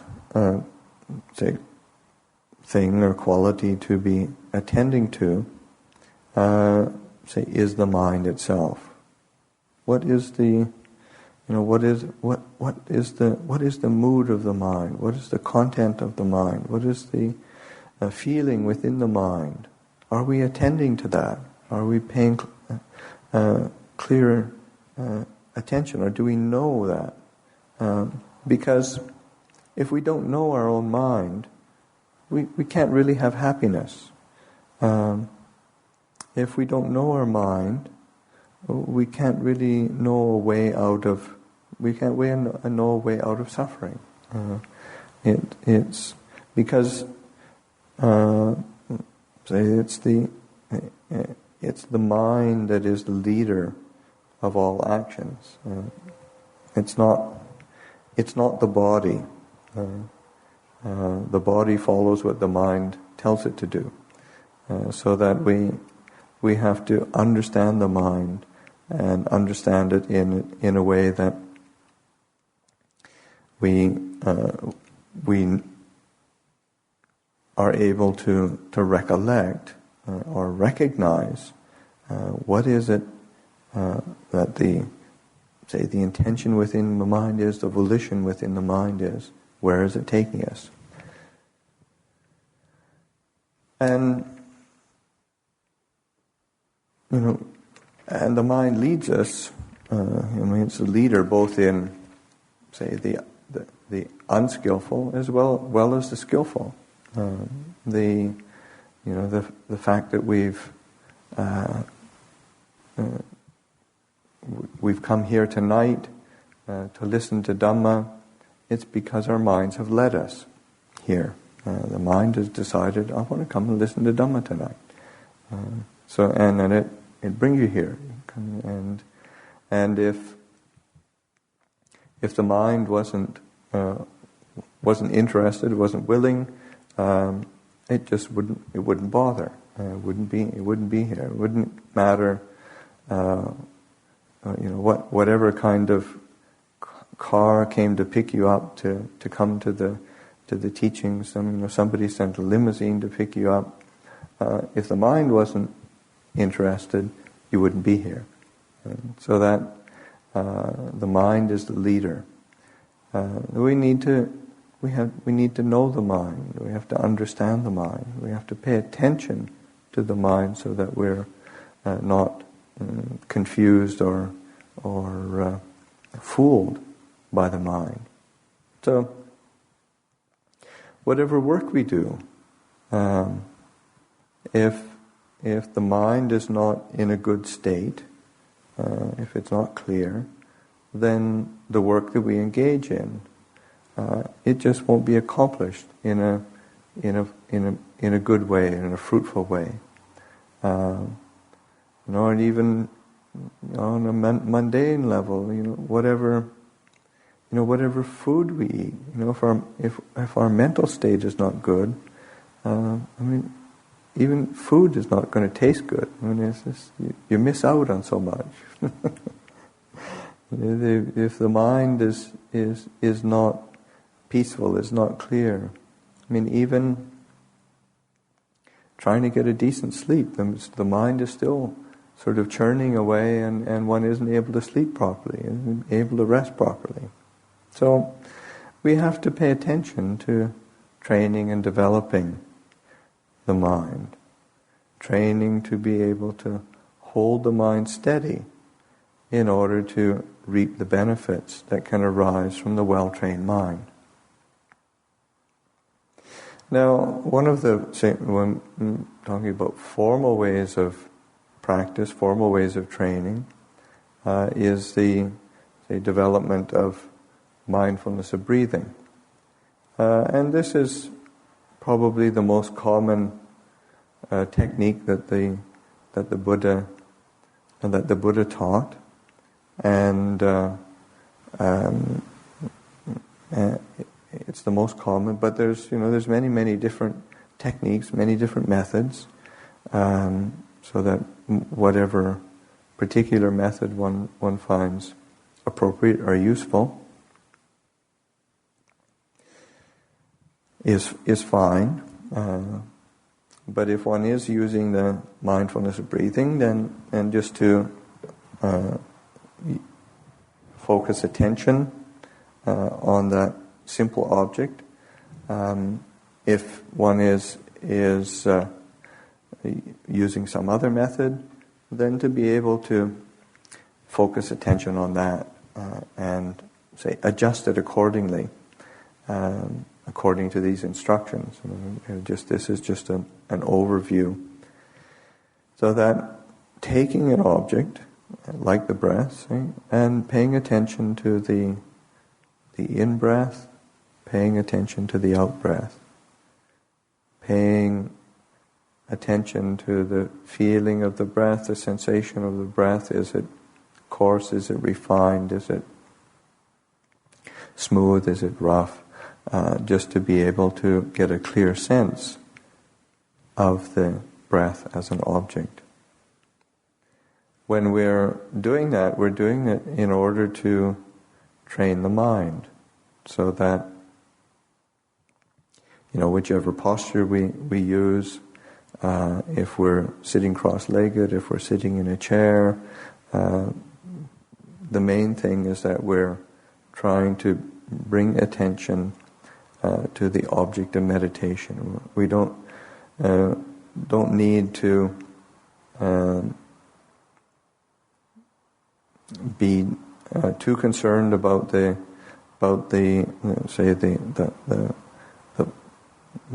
posture. The main thing is that we make ourselves comfortable. But in saying that we make ourselves comfortable, it's important that we we sit up straight and we're alert. So whether we're sitting in a chair with our feet on the floor, or we're sitting in cross-leg position, sitting on the floor, make sure that you're sitting straight, sitting alert, and trying to be upright and energetic in the application of the posture. But doing that in a gentle way. Don't be too forceful. Don't make yourself tense. And be steady. Keep your attention in a gentle and steady way. As we keep returning attention to the breath and sustaining attention to the breath, letting the body kind of drop away and the mind honing in onto the sensation of the breath, it's quite natural that some peacefulness will occur. That's the natural result of sustaining attention. When the mind is able to sustain attention for increasingly longer periods of time, it'll start to settle in a steady sort of way, and that that's called momentary concentration. That's when the mind is able to stay quite focused and quite steady, for a few minutes, 5 minutes maybe. As we're keep returning to the breath, keep relaxing, keep bringing up that alertness, then the mind will become able to sustain that attention more consistently. But it's still pretty short. As we continue to train or attend to putting forth effort and energy with the meditation, then the mind will start to settle and become peaceful a bit longer, maybe as long as half an hour or so, and really settled. And there's a happiness and there's a lightness that comes about. There's a kind of a brightness that comes into the mind, and that's sort of its formal term is called access concentration. It's starting to approach stability. It's starting to sort of move towards more stability. So it's the mind can be quite still and settled for up to periods of, say, like a half an hour, where it's when it's starting, some real happiness is welling up in the mind. The body is very light, and there is a sense of brightness in the mind. I said, but don't stop there. Don't be content with that. Don't feel that you've got where you should be going. It's important to continue to try to stabilize those feelings of peace and tranquility, to stabilize that quality of clarity that is starting to arise. Nurture that feeling of peace. And then as one's able to sustain that longer and the effort becomes balanced, then the mind will begin to unify in a way that's very settled, very firm, very steady. And it can be like that for an hour or 2 hours even. It's just it's a natural result. But it's something that is, when the mind is really able to unify like that, we'll experience a happiness that we've never experienced before. It's just something that is so unusual and so satisfying. We'll quite naturally not want to. If we experience happiness like that, we won't want to run out and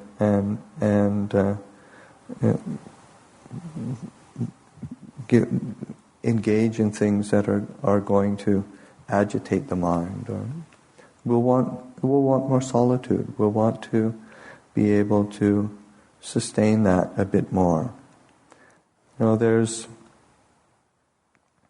It's quite ordinary. Sometimes there's when the mind becomes really settled and concentrated like that, there's a rapture that arises, there's a joy that arises.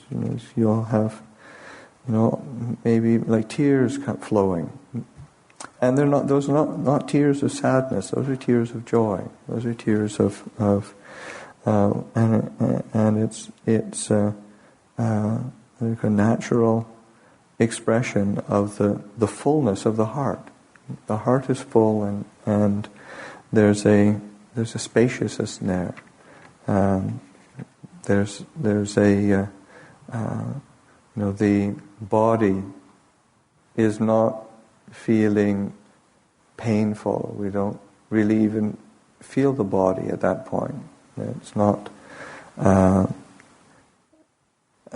where the mind is unified within itself. We probably won't even experience the breath at that point. The mind is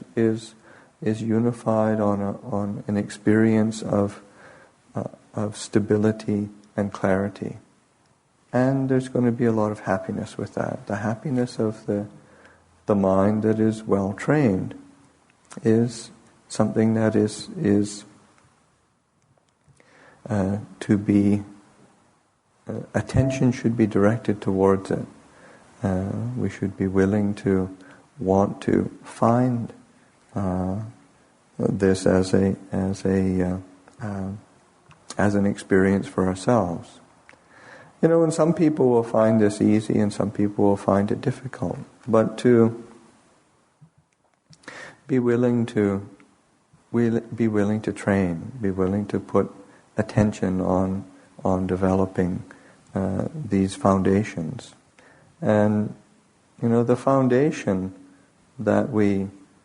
turn to is the foundation of just what is it that leads to a firmness of mind? What is it that leads to stability of mind? So that all these different qualities that I've been talking about are just for helping to establish a firmness of mind within ourselves. อีกสักหน่อยนะอย่าแล้วให้เวลาอยู่ที่ฉะนั้นก็จำเป็นที่พวกเราท่านทั้งหลายจะได้ฝึกฝนอบรมจิตใจให้สงบแต่ก็เป็นของยากอยู่การฝึกฝนอบรมจิตใจแต่ก็ต้องมีความขยันหมั่นเพียรปฏิบัตินั่งสมาธิเดินจงกรมก็ดีตั้งจิตตั้งใจฝึกฝนอบรมจิตใจให้สงบเมื่อจิตใจสงบแล้วก็คือกิเลสความโลภความโกรธความหลงนั้นอยู่ที่จิตใจของเราก็จะได้ไปดูที่จิตใจการฝึกฝนอบรมจิตใจให้สงบเป็นสมาธิก็เรียกว่าจบสมถกรรมฐานวันนี้เมื่อจิตใจสงบดีแล้วเราจะได้เข้าวิปัสสนากรรมฐานรำเรียงด้วยปัญญาเพื่อพิจารณาเรื่องความคิดของจิตใจของเราถ้ากิเลสความโลภความโกรธความหลงอยู่ที่จิตใจเราก็จะได้แก้ไขตรงนั้นเนี่ยหากจิตใจของเราคิดไม่ดีเราก็จะได้รู้จักละปล่อยวางคิดสิ่งที่ดีมีประโยชน์เราจึงจะคิดจึงจะทำให้จิตใจของเรามีความสุขก็คือละกิเลสนั่นเองนี่อย่างสั้นๆก็เห็นเวลาก็ยาวก็คือญาติโยมใช้เวลาเท่าไหร่อุทิศอยู่ที่นี่จะได้สรุปว่าการที่เรามีความเพียรพยายามระวังบาปไม่ให้เกิดขึ้นทางกายแล้วก็ทางวาจาและทางจิตใจเพียรและบาปที่เกิดขึ้นแล้ว ทางกายวาจาใจของเราเพียรยังกุศลให้เกิดขึ้นทางกายวาจาใจของตนวันนี้เราเพียรรักษากุศลคุณงามความดีที่ตนเองได้กระทำไว้แล้วนั้นเอาไว้ให้ดีให้เจริญรุ่งเรืองได้เต็มเปี่ยมเป็นคำสอนของพระพุทธเจ้าที่สอนให้พวกเรามีความเพียรเห็นความเพียรชอบเพียรประกอบให้เกิดให้มีขึ้นแก่ตนผลก็จะได้รับความสุขความเจริญเหตุฉะนั้นการบรรยายธรรมเรื่องการฝึกฝนลนจิตใจแต่เบื้องต้นจนจบเพียงย่อๆนี้แต่การปฏิบัติก็ยังมีหลายรูปแบบแต่เอาแบบที่สั้นๆนี่มาให้ได้ยินได้ฟังได้พากันปฏิบัติก็ขออำนวยอวยพรในทุกท่านไม่ได้ยินได้ฟังแล้วควรกำหนดจดจำข้อธรรมที่บรรยายมานี้นำไปประพฤติปฏิบัติฝึกหัดกายวาจาของตนผลก็จะได้รับความสุขความเจริญเกิดขึ้นแก่ตนดังภาษิตได้ลิขิตในเบื้องต้นว่าจิตตังนันตังสุขาวะหั่งจิตที่ฝึกฝนอบรมดีแล้วนำความสุขมาให้แก่บุคคลผู้ประพฤติปฏิบัติก็ขอยุติการบรรยายทำไปเพียงแค่นี้ให้วังก็มีด้วยประการฉะนี้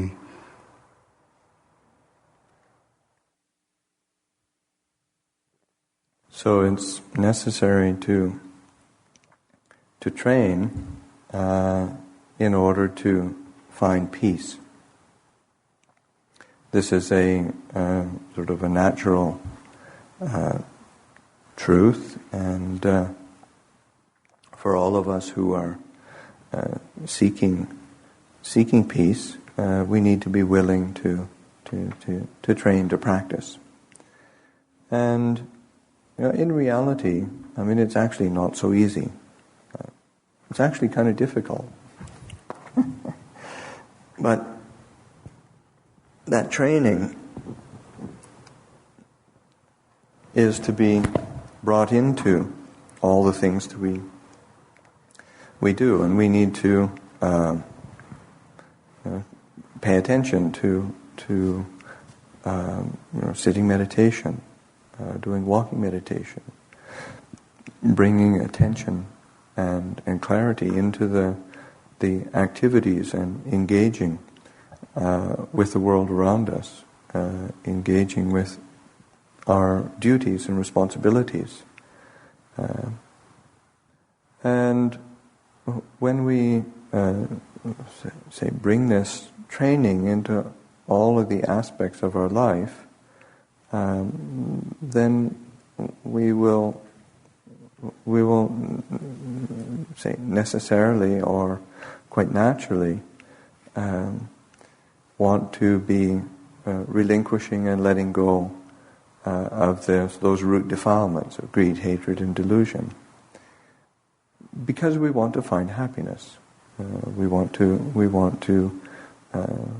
dwell with a sense of well-being within us.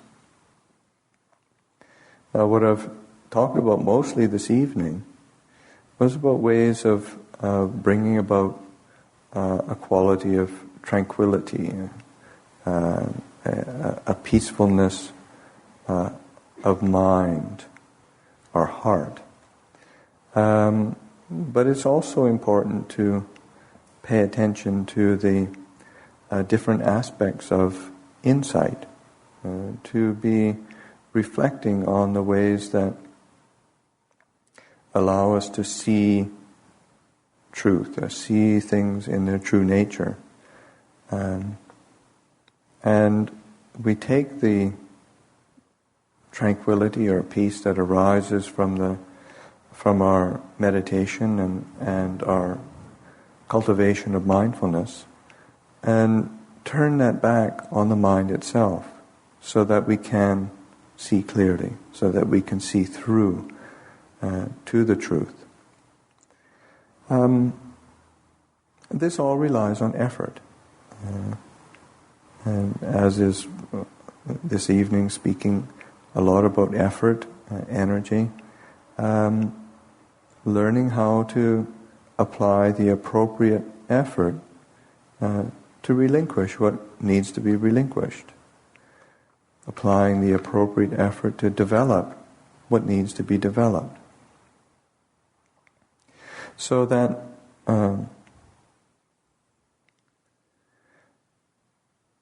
whatever has been taught this evening, or what I've pointed out this evening, may you all sort of bring it in to your actions of body, actions of speech, and the actions within the mind itself. This is one of the words that are a description of the Dhamma, is that it is to be brought inwards, so that it's when we're applying it to all of these things, that's when we will start to experience happiness and well-being. So may I end this talk this evening encouraging you all to train and to experience the happiness that comes from a well-trained mind.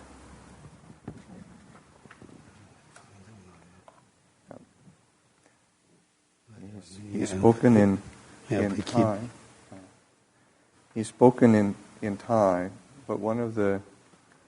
things that he did before leaving Thailand was have somebody write down, translate some of his teachings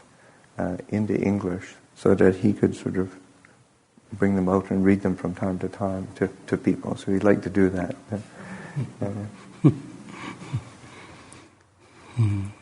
If you do something and it make you or other people unhappy, then you had better stop doing it.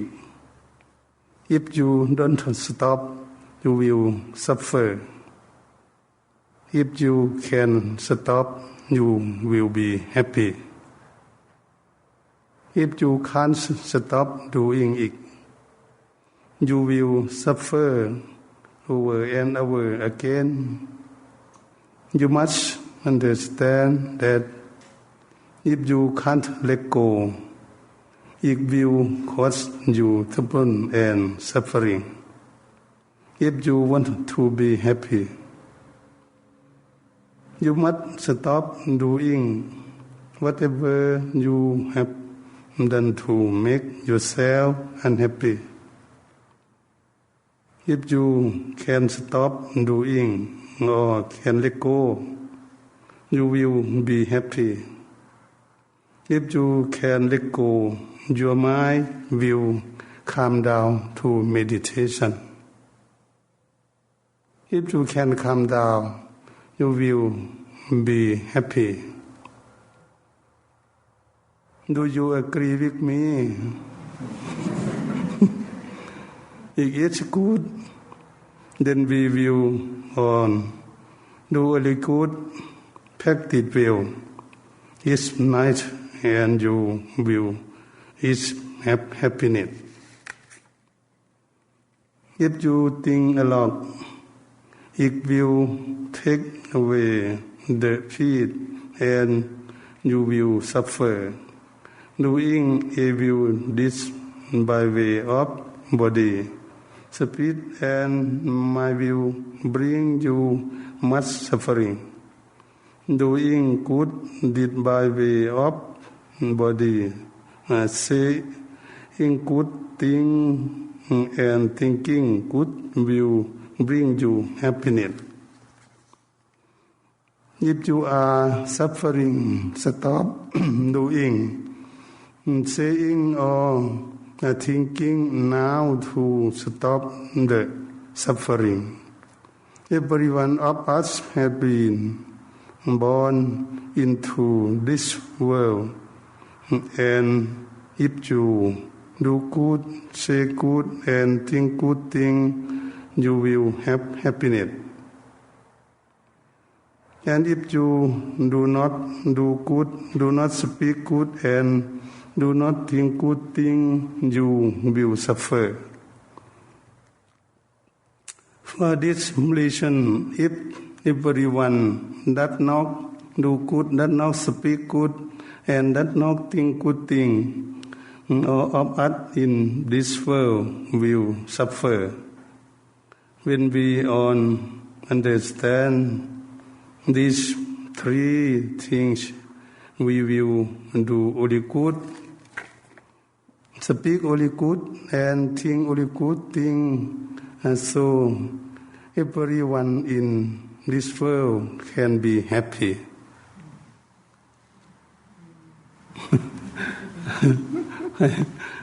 ให้เอาไปคิดสั้นๆบอกเขาดู Just for taking and thinking a bit. ตอนนี้จะให้พรคือเห็นเวลานานแล้วกลัวรบกวนเจ้าของถิ่นเอาย่อๆก็วันนี้จะขอ ให้พรแก่ทุกท่านที่ได้มาร่วมกันฟังเทศน์ก็ดีใจที่ได้มาพบนักปฏิบัติฝึกหัดอบรมตนเองอย่างพวกเราท่านทั้งหลายมีความตั้งจิตตั้งใจจริงๆก็ขออนุโมทนาที่มีความตั้งจิตตั้งใจที่ได้ใฝ่ใจในธรรมเพื่อจะปฏิบัติตนนี้ให้พ้นจากทุกข์ไป He said he'd like to give a short blessing in English, but it's also he'd like to express his appreciation for his opportunity to come here and to see people who are making a commitment to practice, to training, and he'd like to wish that everybody continues to grow and develop in their practice. May the triple gem blessing be bestowed upon you and your family, so that everyone enjoy long life, find compassion, happiness, good health and strength, and prosperity. I give my personal loving kindness to you and our family for good luck and success in everything. อ่านหนังสือไม่เก่ง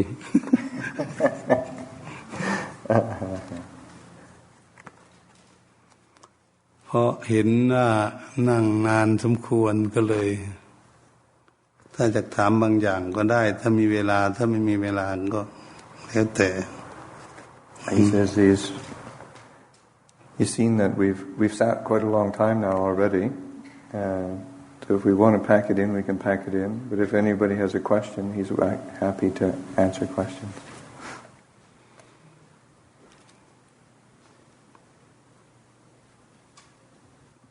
ไว้ทำไมเอามาแจกจะได้แจกหนังสือให้ธรรมะไปให้อ่านครับที่ไหน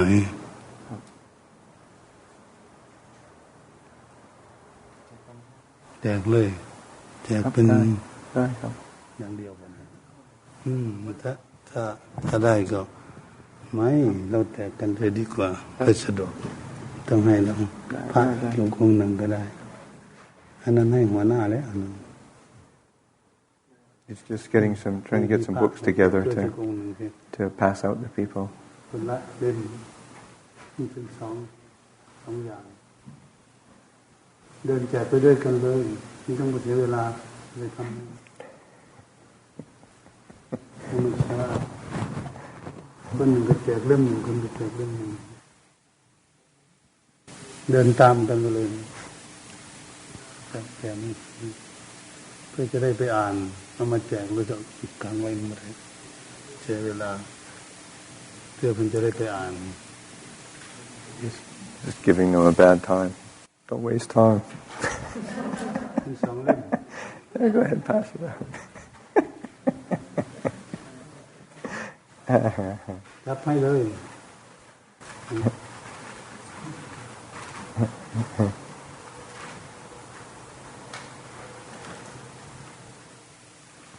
ให้เราเล่นเป็นคู่กัน ไม่มีอันเดียวมีแต่สติโอ้ย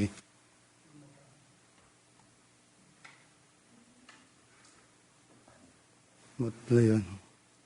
ก็ไม่หลักได้แต่สติอย่างเดียวไม่หลักปฏิบัติก็ได้ไปทำสมาธิ He's been, the teachings that he's been giving, well, since he came, he keeps coming back to the theme, and he just mentioned it just now. He says, whatever meditation we do, whatever training we do, keep establishing mindfulness, keep drawing back to that consolidating of that mindfulness and clear comprehension.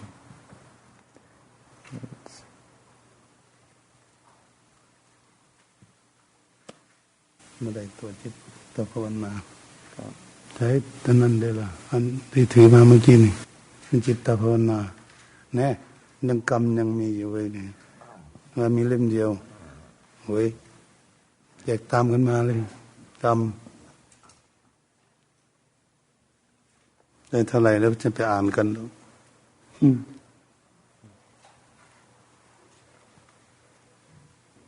มาหาขังทางแถวเลยถือหมดก่อนดีแล้วได้หมดก็ดีแล้วบอกว่าให้ฝึกสติให้มาก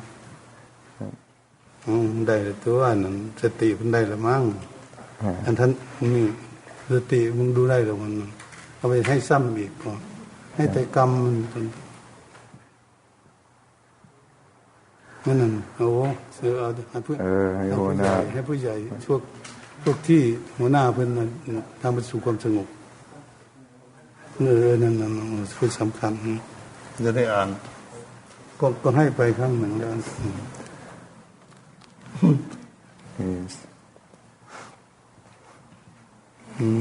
นให้กรรมสนองกรรมจะได้อ่านเรื่องบุญเรื่องบาป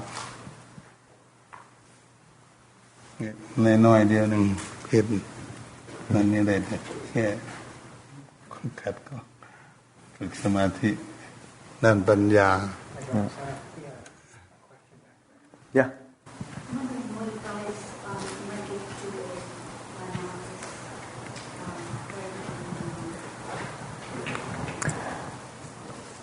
คำถามคืออยากถามว่าหลวงพ่อจะแนะนำคือให้การแนะนำยังไงสำหรับผู้ที่เป็นสามเณรหรือผู้เป็นปรารถนาจะบวชเพื่อจะได้เวลาจะเข้าสู่การบวชหรือเพื่อจะได้เขาเป็นนักบวชที่แท้จริง ถ้าพูดตามความจริงแล้วก็ถ้ามีความตั้งใจอยากบวชเป็นสามเณรสามเณรีก็ดีภิกขุภิกขุณีก็แล้วแต่ ต่อให้มีฉันทะความพอใจในการที่จะประพฤติปฏิบัติในศีลรักษาศีลก่อนแล้วก็มีความตั้งใจจะได้ปฏิบัติทำสมาธิต่อไปให้เป็นผู้มีศรัทธาหนึ่งมีฉันทะความพอใจในการที่จะตั้งใจบวชสองวิริยะเพียรเพื่อจะรักษาศีลตนเองรักษากิริยามารยาทของตนเองให้ดีเพื่อจะเหมาะสมกับคนบวชสามจิตตะเอาใจฝักใฝ่ในการที่จะประคองตนให้อยู่ในขนบธรรมเนียมที่จะบวชเป็นภิกษุภิกษุณีหรือสามเณรีสามเณรวันนี้ถ้าหากว่ามีความตั้งใจแล้วก็จะพร้อมในการที่จะบวชได้ตั้งอยู่ในอิทธิบาททั้งสี่ถ้าไม่พร้อมมันก็บวชไม่ได้ก็ต้องมีความเต็มใจที่จะยอมรับอาจารย์ตักเตือนแนะนำสั่งสอนให้ปฏิบัติตนอย่างไรเหมาะสมที่จะบวชอาจารย์หนึ่งจะบวชให้นั่นคนเริ่มตั้งใจจะบวชในพระพุทธศาสนาหรือบวชในศาสนาของเราถือเช่นก็แล้วแต่จะถือมหายานก็ได้ จะถือลัทธิไหนก็มีความตั้งใจที่จะปฏิบัติเองจริงๆจะได้คุณงามความดีนะ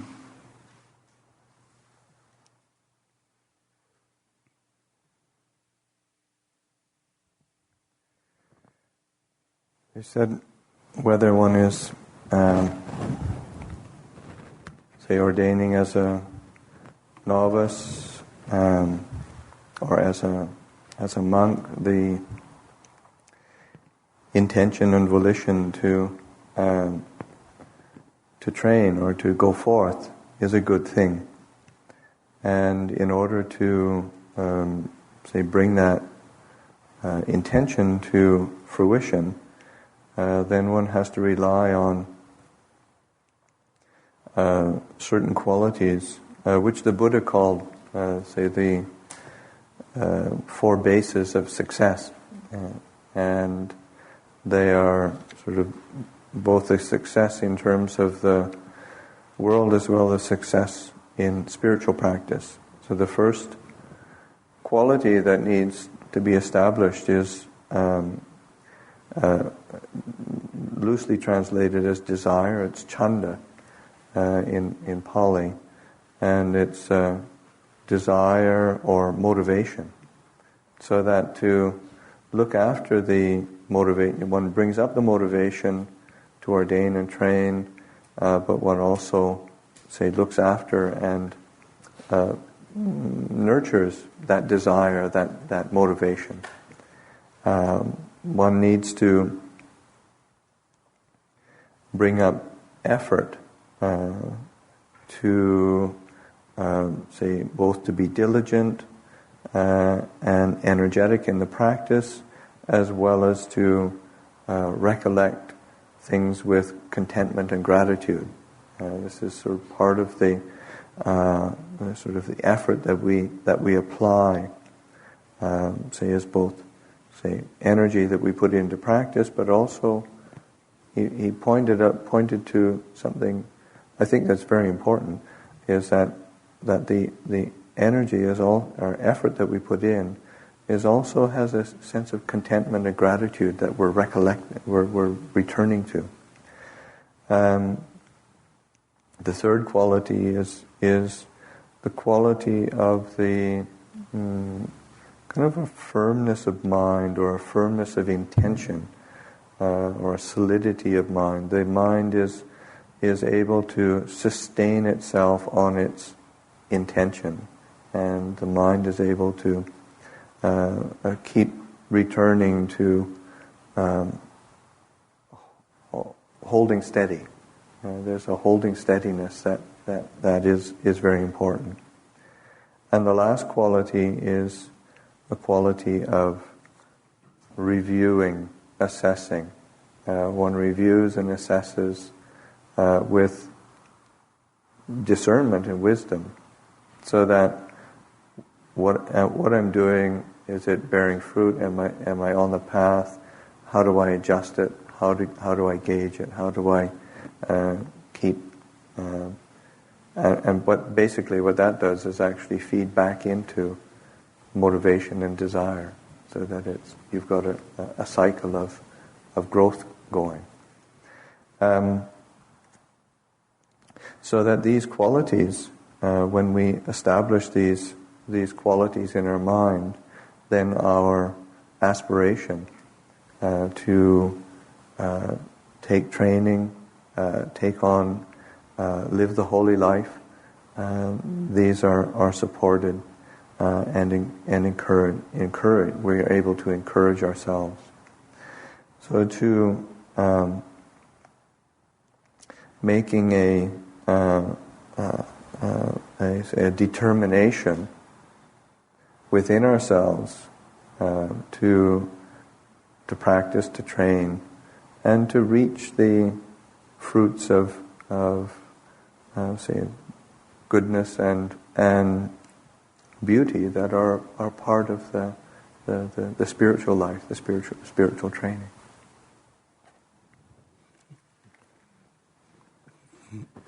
แม่คนที่บวชแล้วก็ดีก็ต้องมีอิทธิบาททั้ง4เป็นพื้นฐานที่อยู่ในใจ ต้องมีฉันทะความพอใจที่จะฝึกฝนอบรมตนเองฝึกฝนอบรมจิตใจของตนมีวิริยะเพียร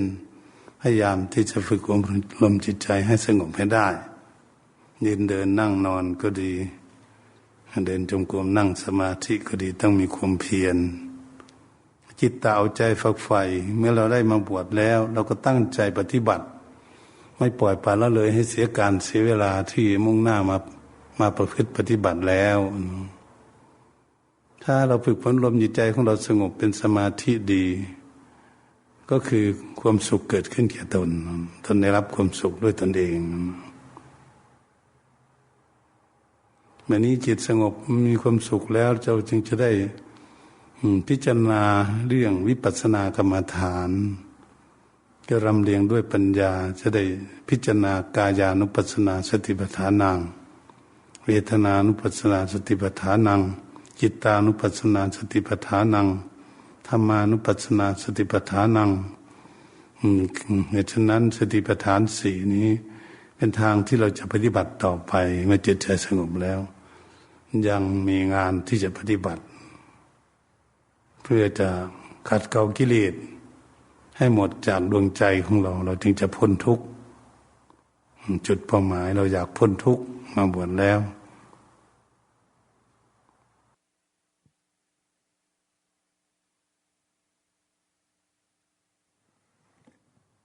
Even for those who are already ordained, whether they're newly ordained or ordained for a long time, we all still have to rely on those four qualities, so that we keep reestablishing or reaffirming our motivation, our intention to train. We're willing to put forth effort and energy in our, whatever posture, whatever activity we're engaged in, walking, sitting, standing, lying down, however what formal meditation we're engaged in, whether we're doing sitting meditation, walking meditation, whatever technique or method, willing to put forth effort into it. Bringing the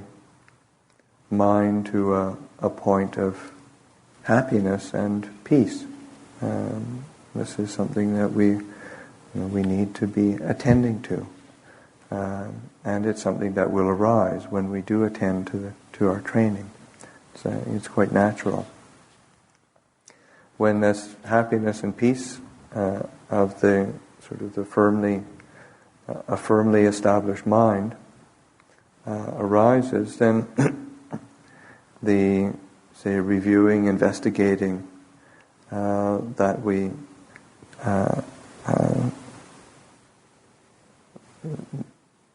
will both need and will want to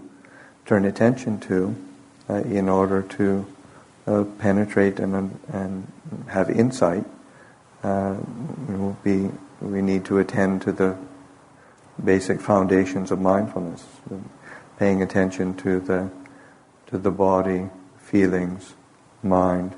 and phenomena. These are the basic structures that the Buddha pointed to of things that we need to establish mindfulness and reflection on. And the whole reason why we do any of this is that we want to be free from suffering. We want to be free from dissatisfaction. We want to purify the mind and experience what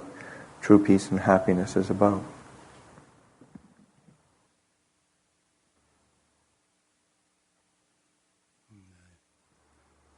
ใครจะทำอะไรอีกหรือว่าแล้วแต่ถ้านานแล้วอยากหยุดก็ได้อยากถามปัญหาบางอย่างก็ถามได้แต่ว่าไม่ขัดข้องกับเวลา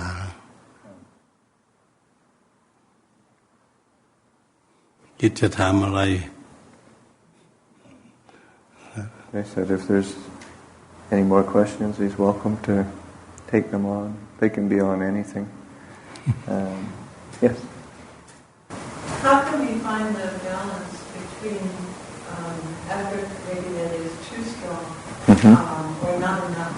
to find the middle way, right effort. I struggle with this mind Okay. on both sides. คืออยากถามหาทางสายกลางในการทำความเพียรได้ยังไงเวลาเราเพราะว่ามักจะคล้ายๆว่าพุ่งเกินไปย้อนเกินไปหรือย้อนเกินไป มัชฌิมาปฏิปทาตถาคตินะภิสัมพุทธาให้เดินสายกลางถ้ามาเดินสายกลางนั้นจะตึงเกินไปขั้นตึงเกินไปนั้นเป็นอัตตกิลมัฏฐานุโยโกดุโคอนัอริโยอนัตสันหิโตการประกอบตนให้เหน็ดเหนื่อยเปล่านี้ใดทำให้เกิดทุกข์แก่ผู้ประกอบนั้นไม่ใช่ทางปริยะพระพุทธเจ้าท่านปฏิบัติก่อนคือปฏิบัติไม่กินข้าวกินน้ำไม่กินข้าวอดอาหารเพื่อจะให้สำเร็จเร็วๆเรียกว่าตึงเกินไปจะทำให้เราเจ็บป่วยหรือเราตายไปก่อนมันจะไม่สำเร็จเรียกว่าตึงเกินไปเข่งเกินไปวันนี้การมาสุขันนิการนุโยโกดุโคอนัอริโยอนัตสันหิโต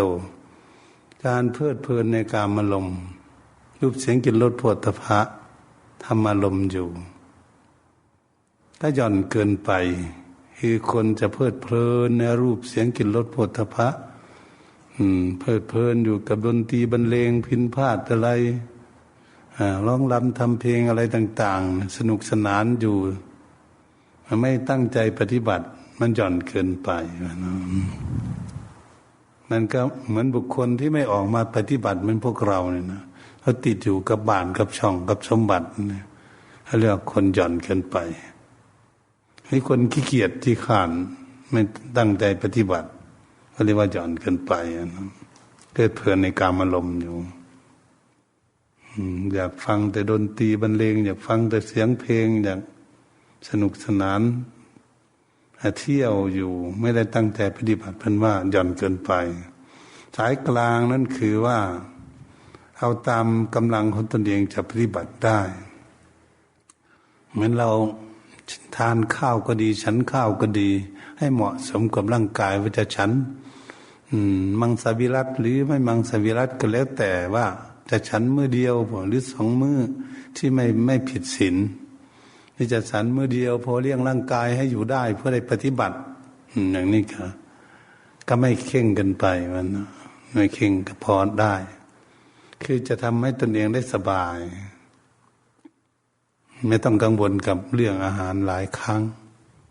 ถ้าสามารถที่จะเลี้ยงร่างกายนี้ได้นั่งสมาธิได้เดินจงกรมได้ทำกิจการงานได้ทำความสะอาดได้เพื่อพอดีกับกำลังของเรานั่นเรียกว่าเดินสายกลางไม่หย่อนเกินไปไม่ตึงเกินไปก็เหมือนกับคนขับรถถ้าคนขับรถนี่เดินตามกลางถนนตามเส้นทางกลางถนนถนนคดก็คดเลี้ยวไปด้วยเนี่ยรถก็ไม่ตกถนนท่านเปรียบเทียบกันถ้าหากเราขับเร็วเกินไปมันก็ผิดพลาดได้ในว่าตึงเกินไปท่านเอียงซ้ายกับเพลิดเพลินในกามารมณ์เอียงขวาก็ตึงเกินไปเหตุฉะนั้นจงพอดีเมื่อขับรถพอดีก็จะขับรถไปสบายเปรียบเทียบเหมือนกับคนเดินทางจะไปบ้านน้อยเมืองใหญ่ถ้าหากเราอยากถึงเร็วเกินไปวิ่งเอาอย่างนี้มันเหนื่อยก่อนมันจะยังไม่ถึงมันจะตายอยู่กลางทางนี่ว่าตึงเกินไปเข่งเกินไปคนที่อดข้าวอดน้ำไม่หลับไม่นอนวันนี้ถ้าคนหย่อนเกินไปก็ขี้เกียจไม่ก้าวขาเดินไปมันก็ไม่ถึงนะยืนอยู่ไม่ก้าวขาเดินไปมันก็ไม่ถึงบ้านเมืองนั้นก็คือหย่อนเกินไปวันนี้คนเดินสายกลางมัน ก็ก้าวขาไปเรื่อยๆเรื่อยๆไม่ต้องวิ่งหรอกค่อยก้าวขาไปเรื่อยๆเรื่อยๆเดินไปเรื่อยๆคนนี้แหละจะถึงจุดหมายปลายทางที่ตนเองไปถ้ามันบุคคลปฏิบัติเดินสายกลางไม่ตึงเกินไปไม่หย่อนเกินไปการทำความเพียรปฏิบัติสามารถจะขัดเกลากิเลสได้ถึงที่สุดแห่งกองทุกข์ได้คนเดินสายกลางหลักพระพุทธศาสนาเป็นมัชฌิมาปฏิปทาตถาคตินะสัมพุทธาพระตถาคตพุทธเจ้าอันปฏิบัติเดินสายกลางเพิ่นจึงได้เป็นพระพุทธเจ้าจึงพ้นทุกข์ในการปฏิบัติตนเนี่ยนั่นอย่าตึงเกินไปอย่าหย่อนเกินไปให้พอดีกับกำลังปฏิบัติตน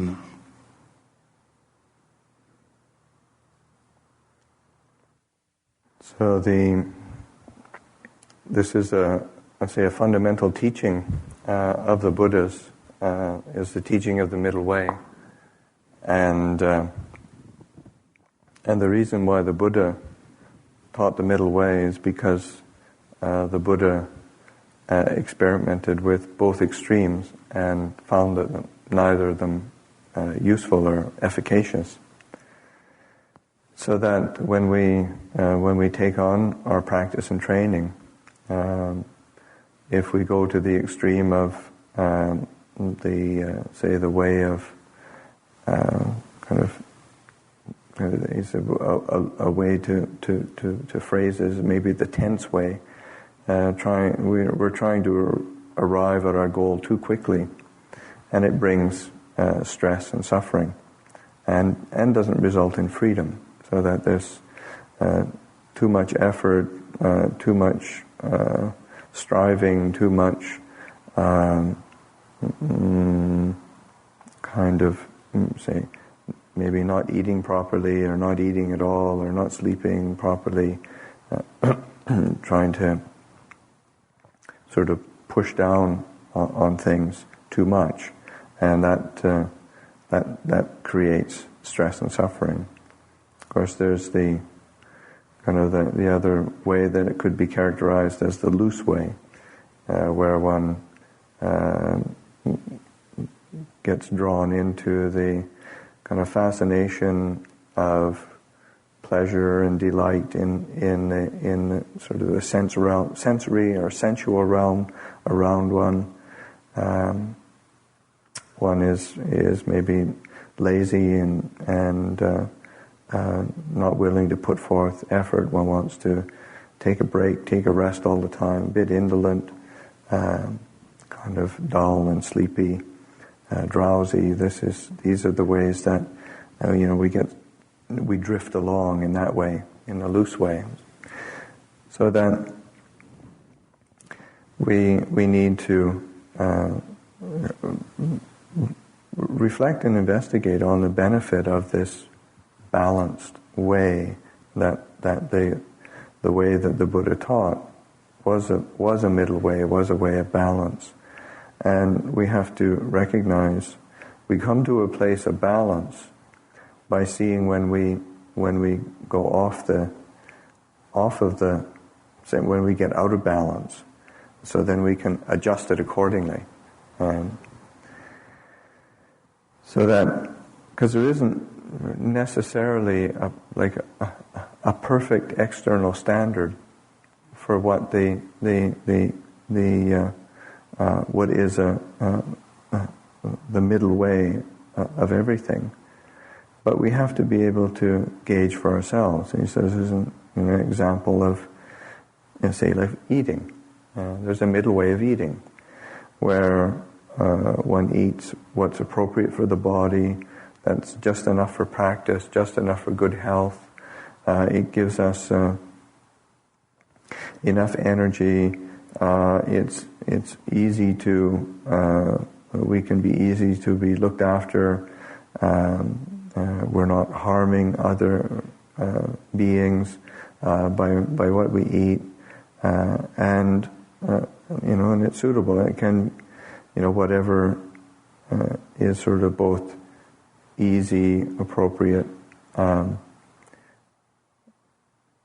and whether we eat, however much we eat, whether it's once a day, twice a day, or how many times we eat a day, what is the result of that? Does it make us heavy? Does it make us light? Do we feel in good health? Do we have enough energy for practice? Or do we feel dull? So these are things we have to keep gauging in order to see what is the middle way in eating. And you apply those same principles to other aspects of our practice. It's just like, there's a middle way of driving where a driver stays on the road. They don't drive off to the right and go in the right-hand side of the ditch. They don't drive off to the left and go on the left-hand side of the road. There's a middle way of staying on the road. Or, if you're a driver who drives too fast, they want to get to their goal real quickly, and end up going off the road because of driving too fast. And similar in practice, somebody wants to be enlightened immediately and just sort of only knows how to put the accelerator down. They're not going to reach the goal. Similar, sort of going too slow is one sort of potters along, looking at all the sights, looking at all the things around one, getting interested in this and that, and then never really arriving at where you set out to go. Or example of somebody leaving their house to go somewhere. They've got some business that they have to do, and they leave the house. Well, there's the sort of the tense way, the extreme of tension. And one sort of opens the door and bolts out of the front door running full tilt, doesn't slow down, doesn't stop for anything, either runs out, has a heart attack, dies, or doesn't, just keeps on going, doesn't eat, doesn't rest. They're never going to make it. Or somebody who's runs out of the, has leaving a house to go somewhere, but then does it in the loose way, saunters out, and spends their time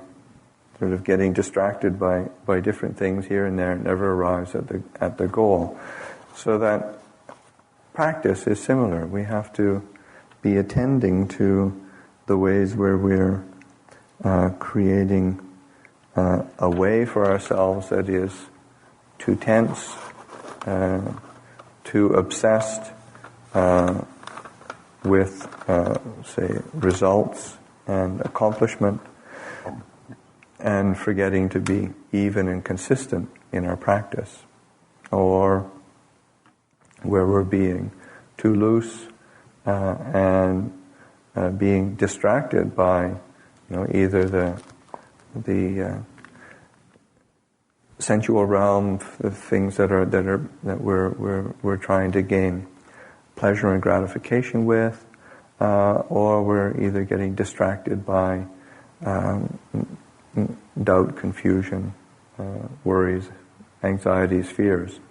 That is it's a loose way. So that one always has to recollect that, say, the middle way brings results. Because the Buddha himself practiced the middle way, the Buddha arrived at his goal. And in order to do that, for us to follow that example, then we have to be attending to, say, what is just right. I mean, there's a nice little idiom in Thai that is, and that's maybe the best way to translate it, is it's just right, just in balance, just good enough. But that just right is the balance that is what's just right for ourselves and what is just right for the practice. Because sometimes they don't go together. So we have to learn how to integrate them.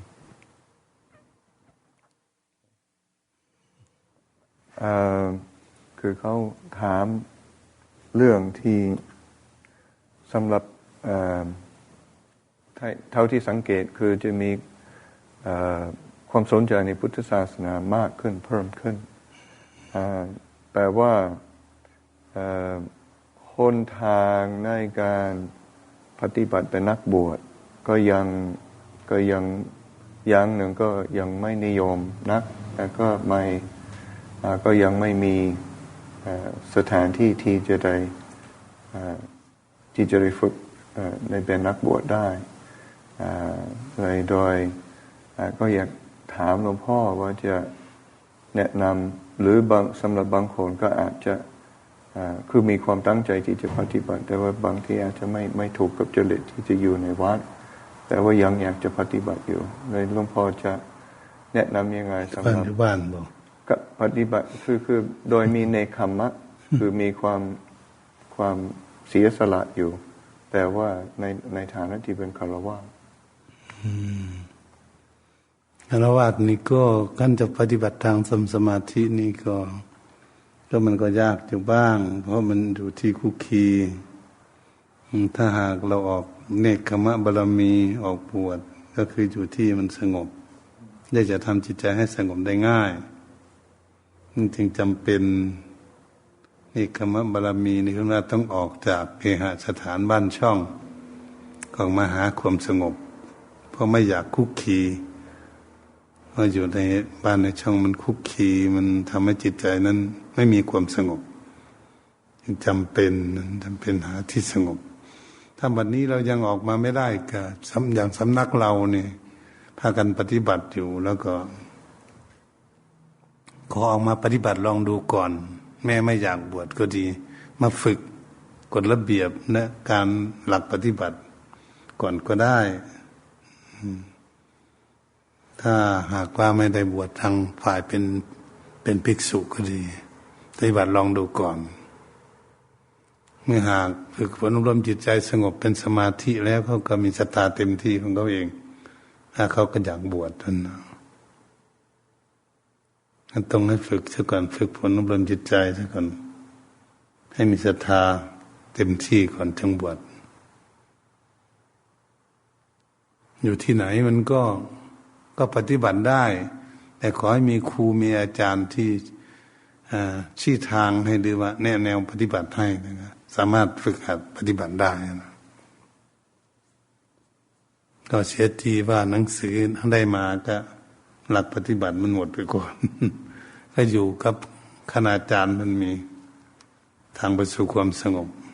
เอาเล่มนั้นไปอ่านได้นะการหลักปฏิบัติเพื่อให้จิตใจสงบนี่อยู่กับมันมีหนังสือมีเสหลักปฏิบัติของอาตมาจิตภาวนานี่คงไม่มีเนาะก็หมดแล้วมี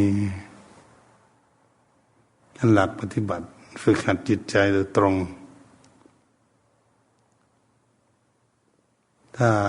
คนรู้จักหลบหลีกในการปฏิบัติมันก็ทำฝึกหัดจิตใจสงบได้อยู่กับตัวเราแต่เราไม่อยากคุกคีมันก็มีโอกาสที่จะปฏิบัติให้จิตใจสงบได้นะ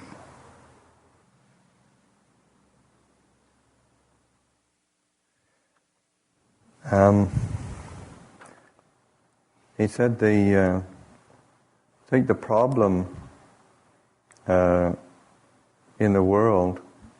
or practicing in the world, practicing in lay life, is the problem of association. Who we associate with, what activities we associate with, and the kind of confusion and agitation that comes from that. So that to recognize that is the that's the value of a monastic form, a monastic training, and that's sort of the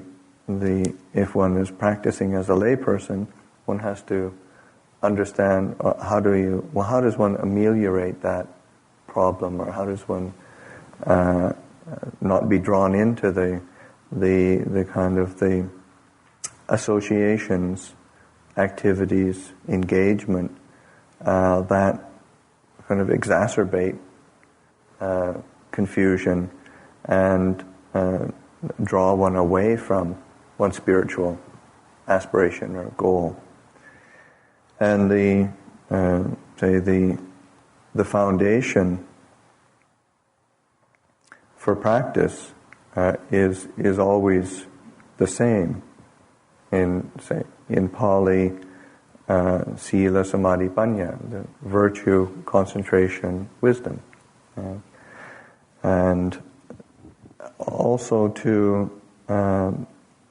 be attending to the cultivation of the paramita of renunciation, so that the one is taking the opportunity to develop the appreciation and the thought and the action that brings up that inclination to renunciation, to relinquishing, to turning back from worldly associations, worldly engagement, so that we can do that in any circumstance, many circumstances. To find places of support, like this place. Find places that are places that are peaceful, that are quiet, that are places of training, so that you have that support and encouragement. And then, whether one is wants to continue, and to try out the different levels of training, and whether or not one feels comfortable to go forward and to become fully ordained, or when one stays as a lay practitioner or whatever, one still needs these places of support and places to keep be one's touchstone for encouragement.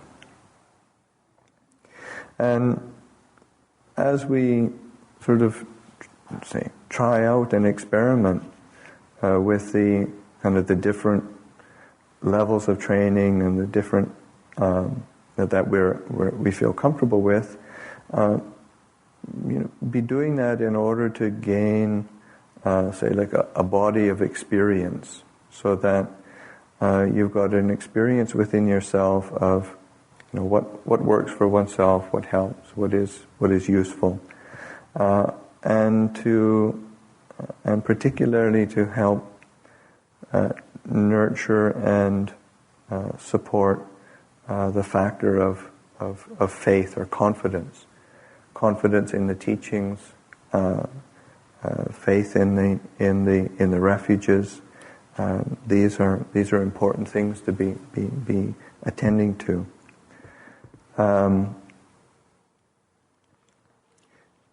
Whether one is a lay person or one is a monastic, then we should always be drawing close to teachers, to go to a teacher and receive teachings. Go to a teacher, and if one's having some doubts or difficulties, and then to receive instruction. Put oneself under the guidance of a teacher. Be willing to do that. Find different resources for the Dhamma. As he gives an example, I just gave out a whole bunch of books. These are books on Dhamma. Teachings on Dhamma are available in many different ways. So that there's things that I've given out. There'll be books here. There'll be teachings that are available here. And he said, and he sort of ended by by sort of emphasizing that so probably one of the most important things is to encourage yourself or support yourself by remembering and recollecting that we can all do this practice.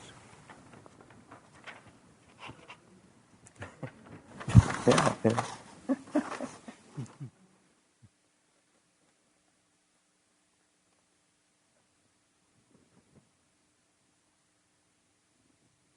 หรือจะเอาอีก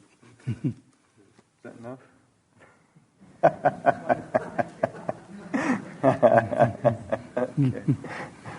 อ้าวได้ละ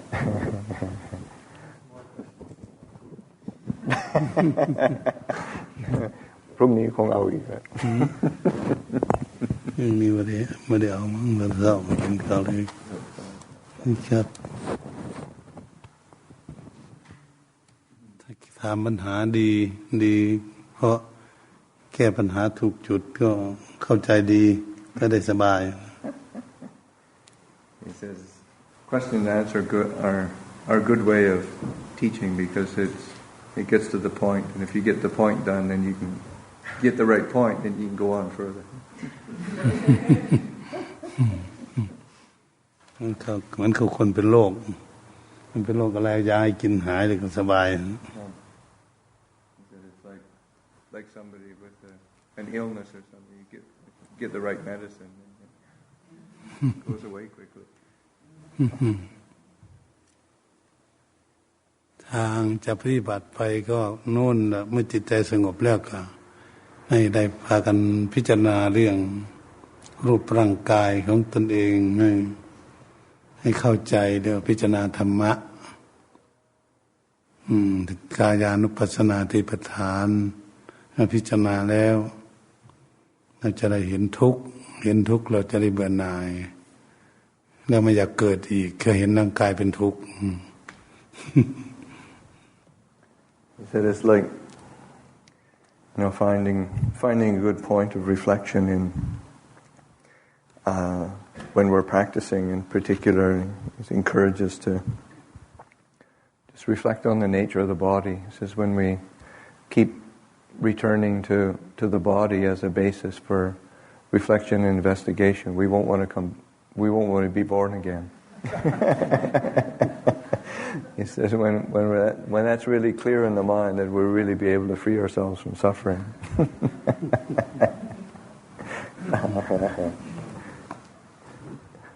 อยากเกิดดีกระถูกคนทางเดินปฏิบัติ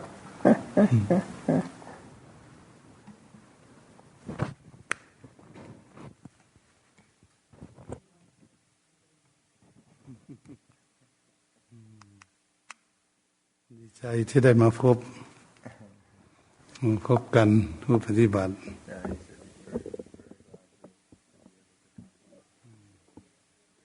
ขอบคุณมากให้โอกาสที่ได้มาคุยกัน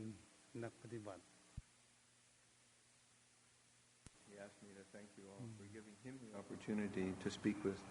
Dhamma practitioners. มีข้อมูลมากที่จะสอนธรรมะยังมีเยอะมีมากเรื่องสอนปฏิบัติเรื่องวิปัสสนากรรมฐานอย่างมากอยู่แต่เอาแค่นี้ก่อน So there's always still a lot to talk about when it comes to Dhamma. Night's enough for now.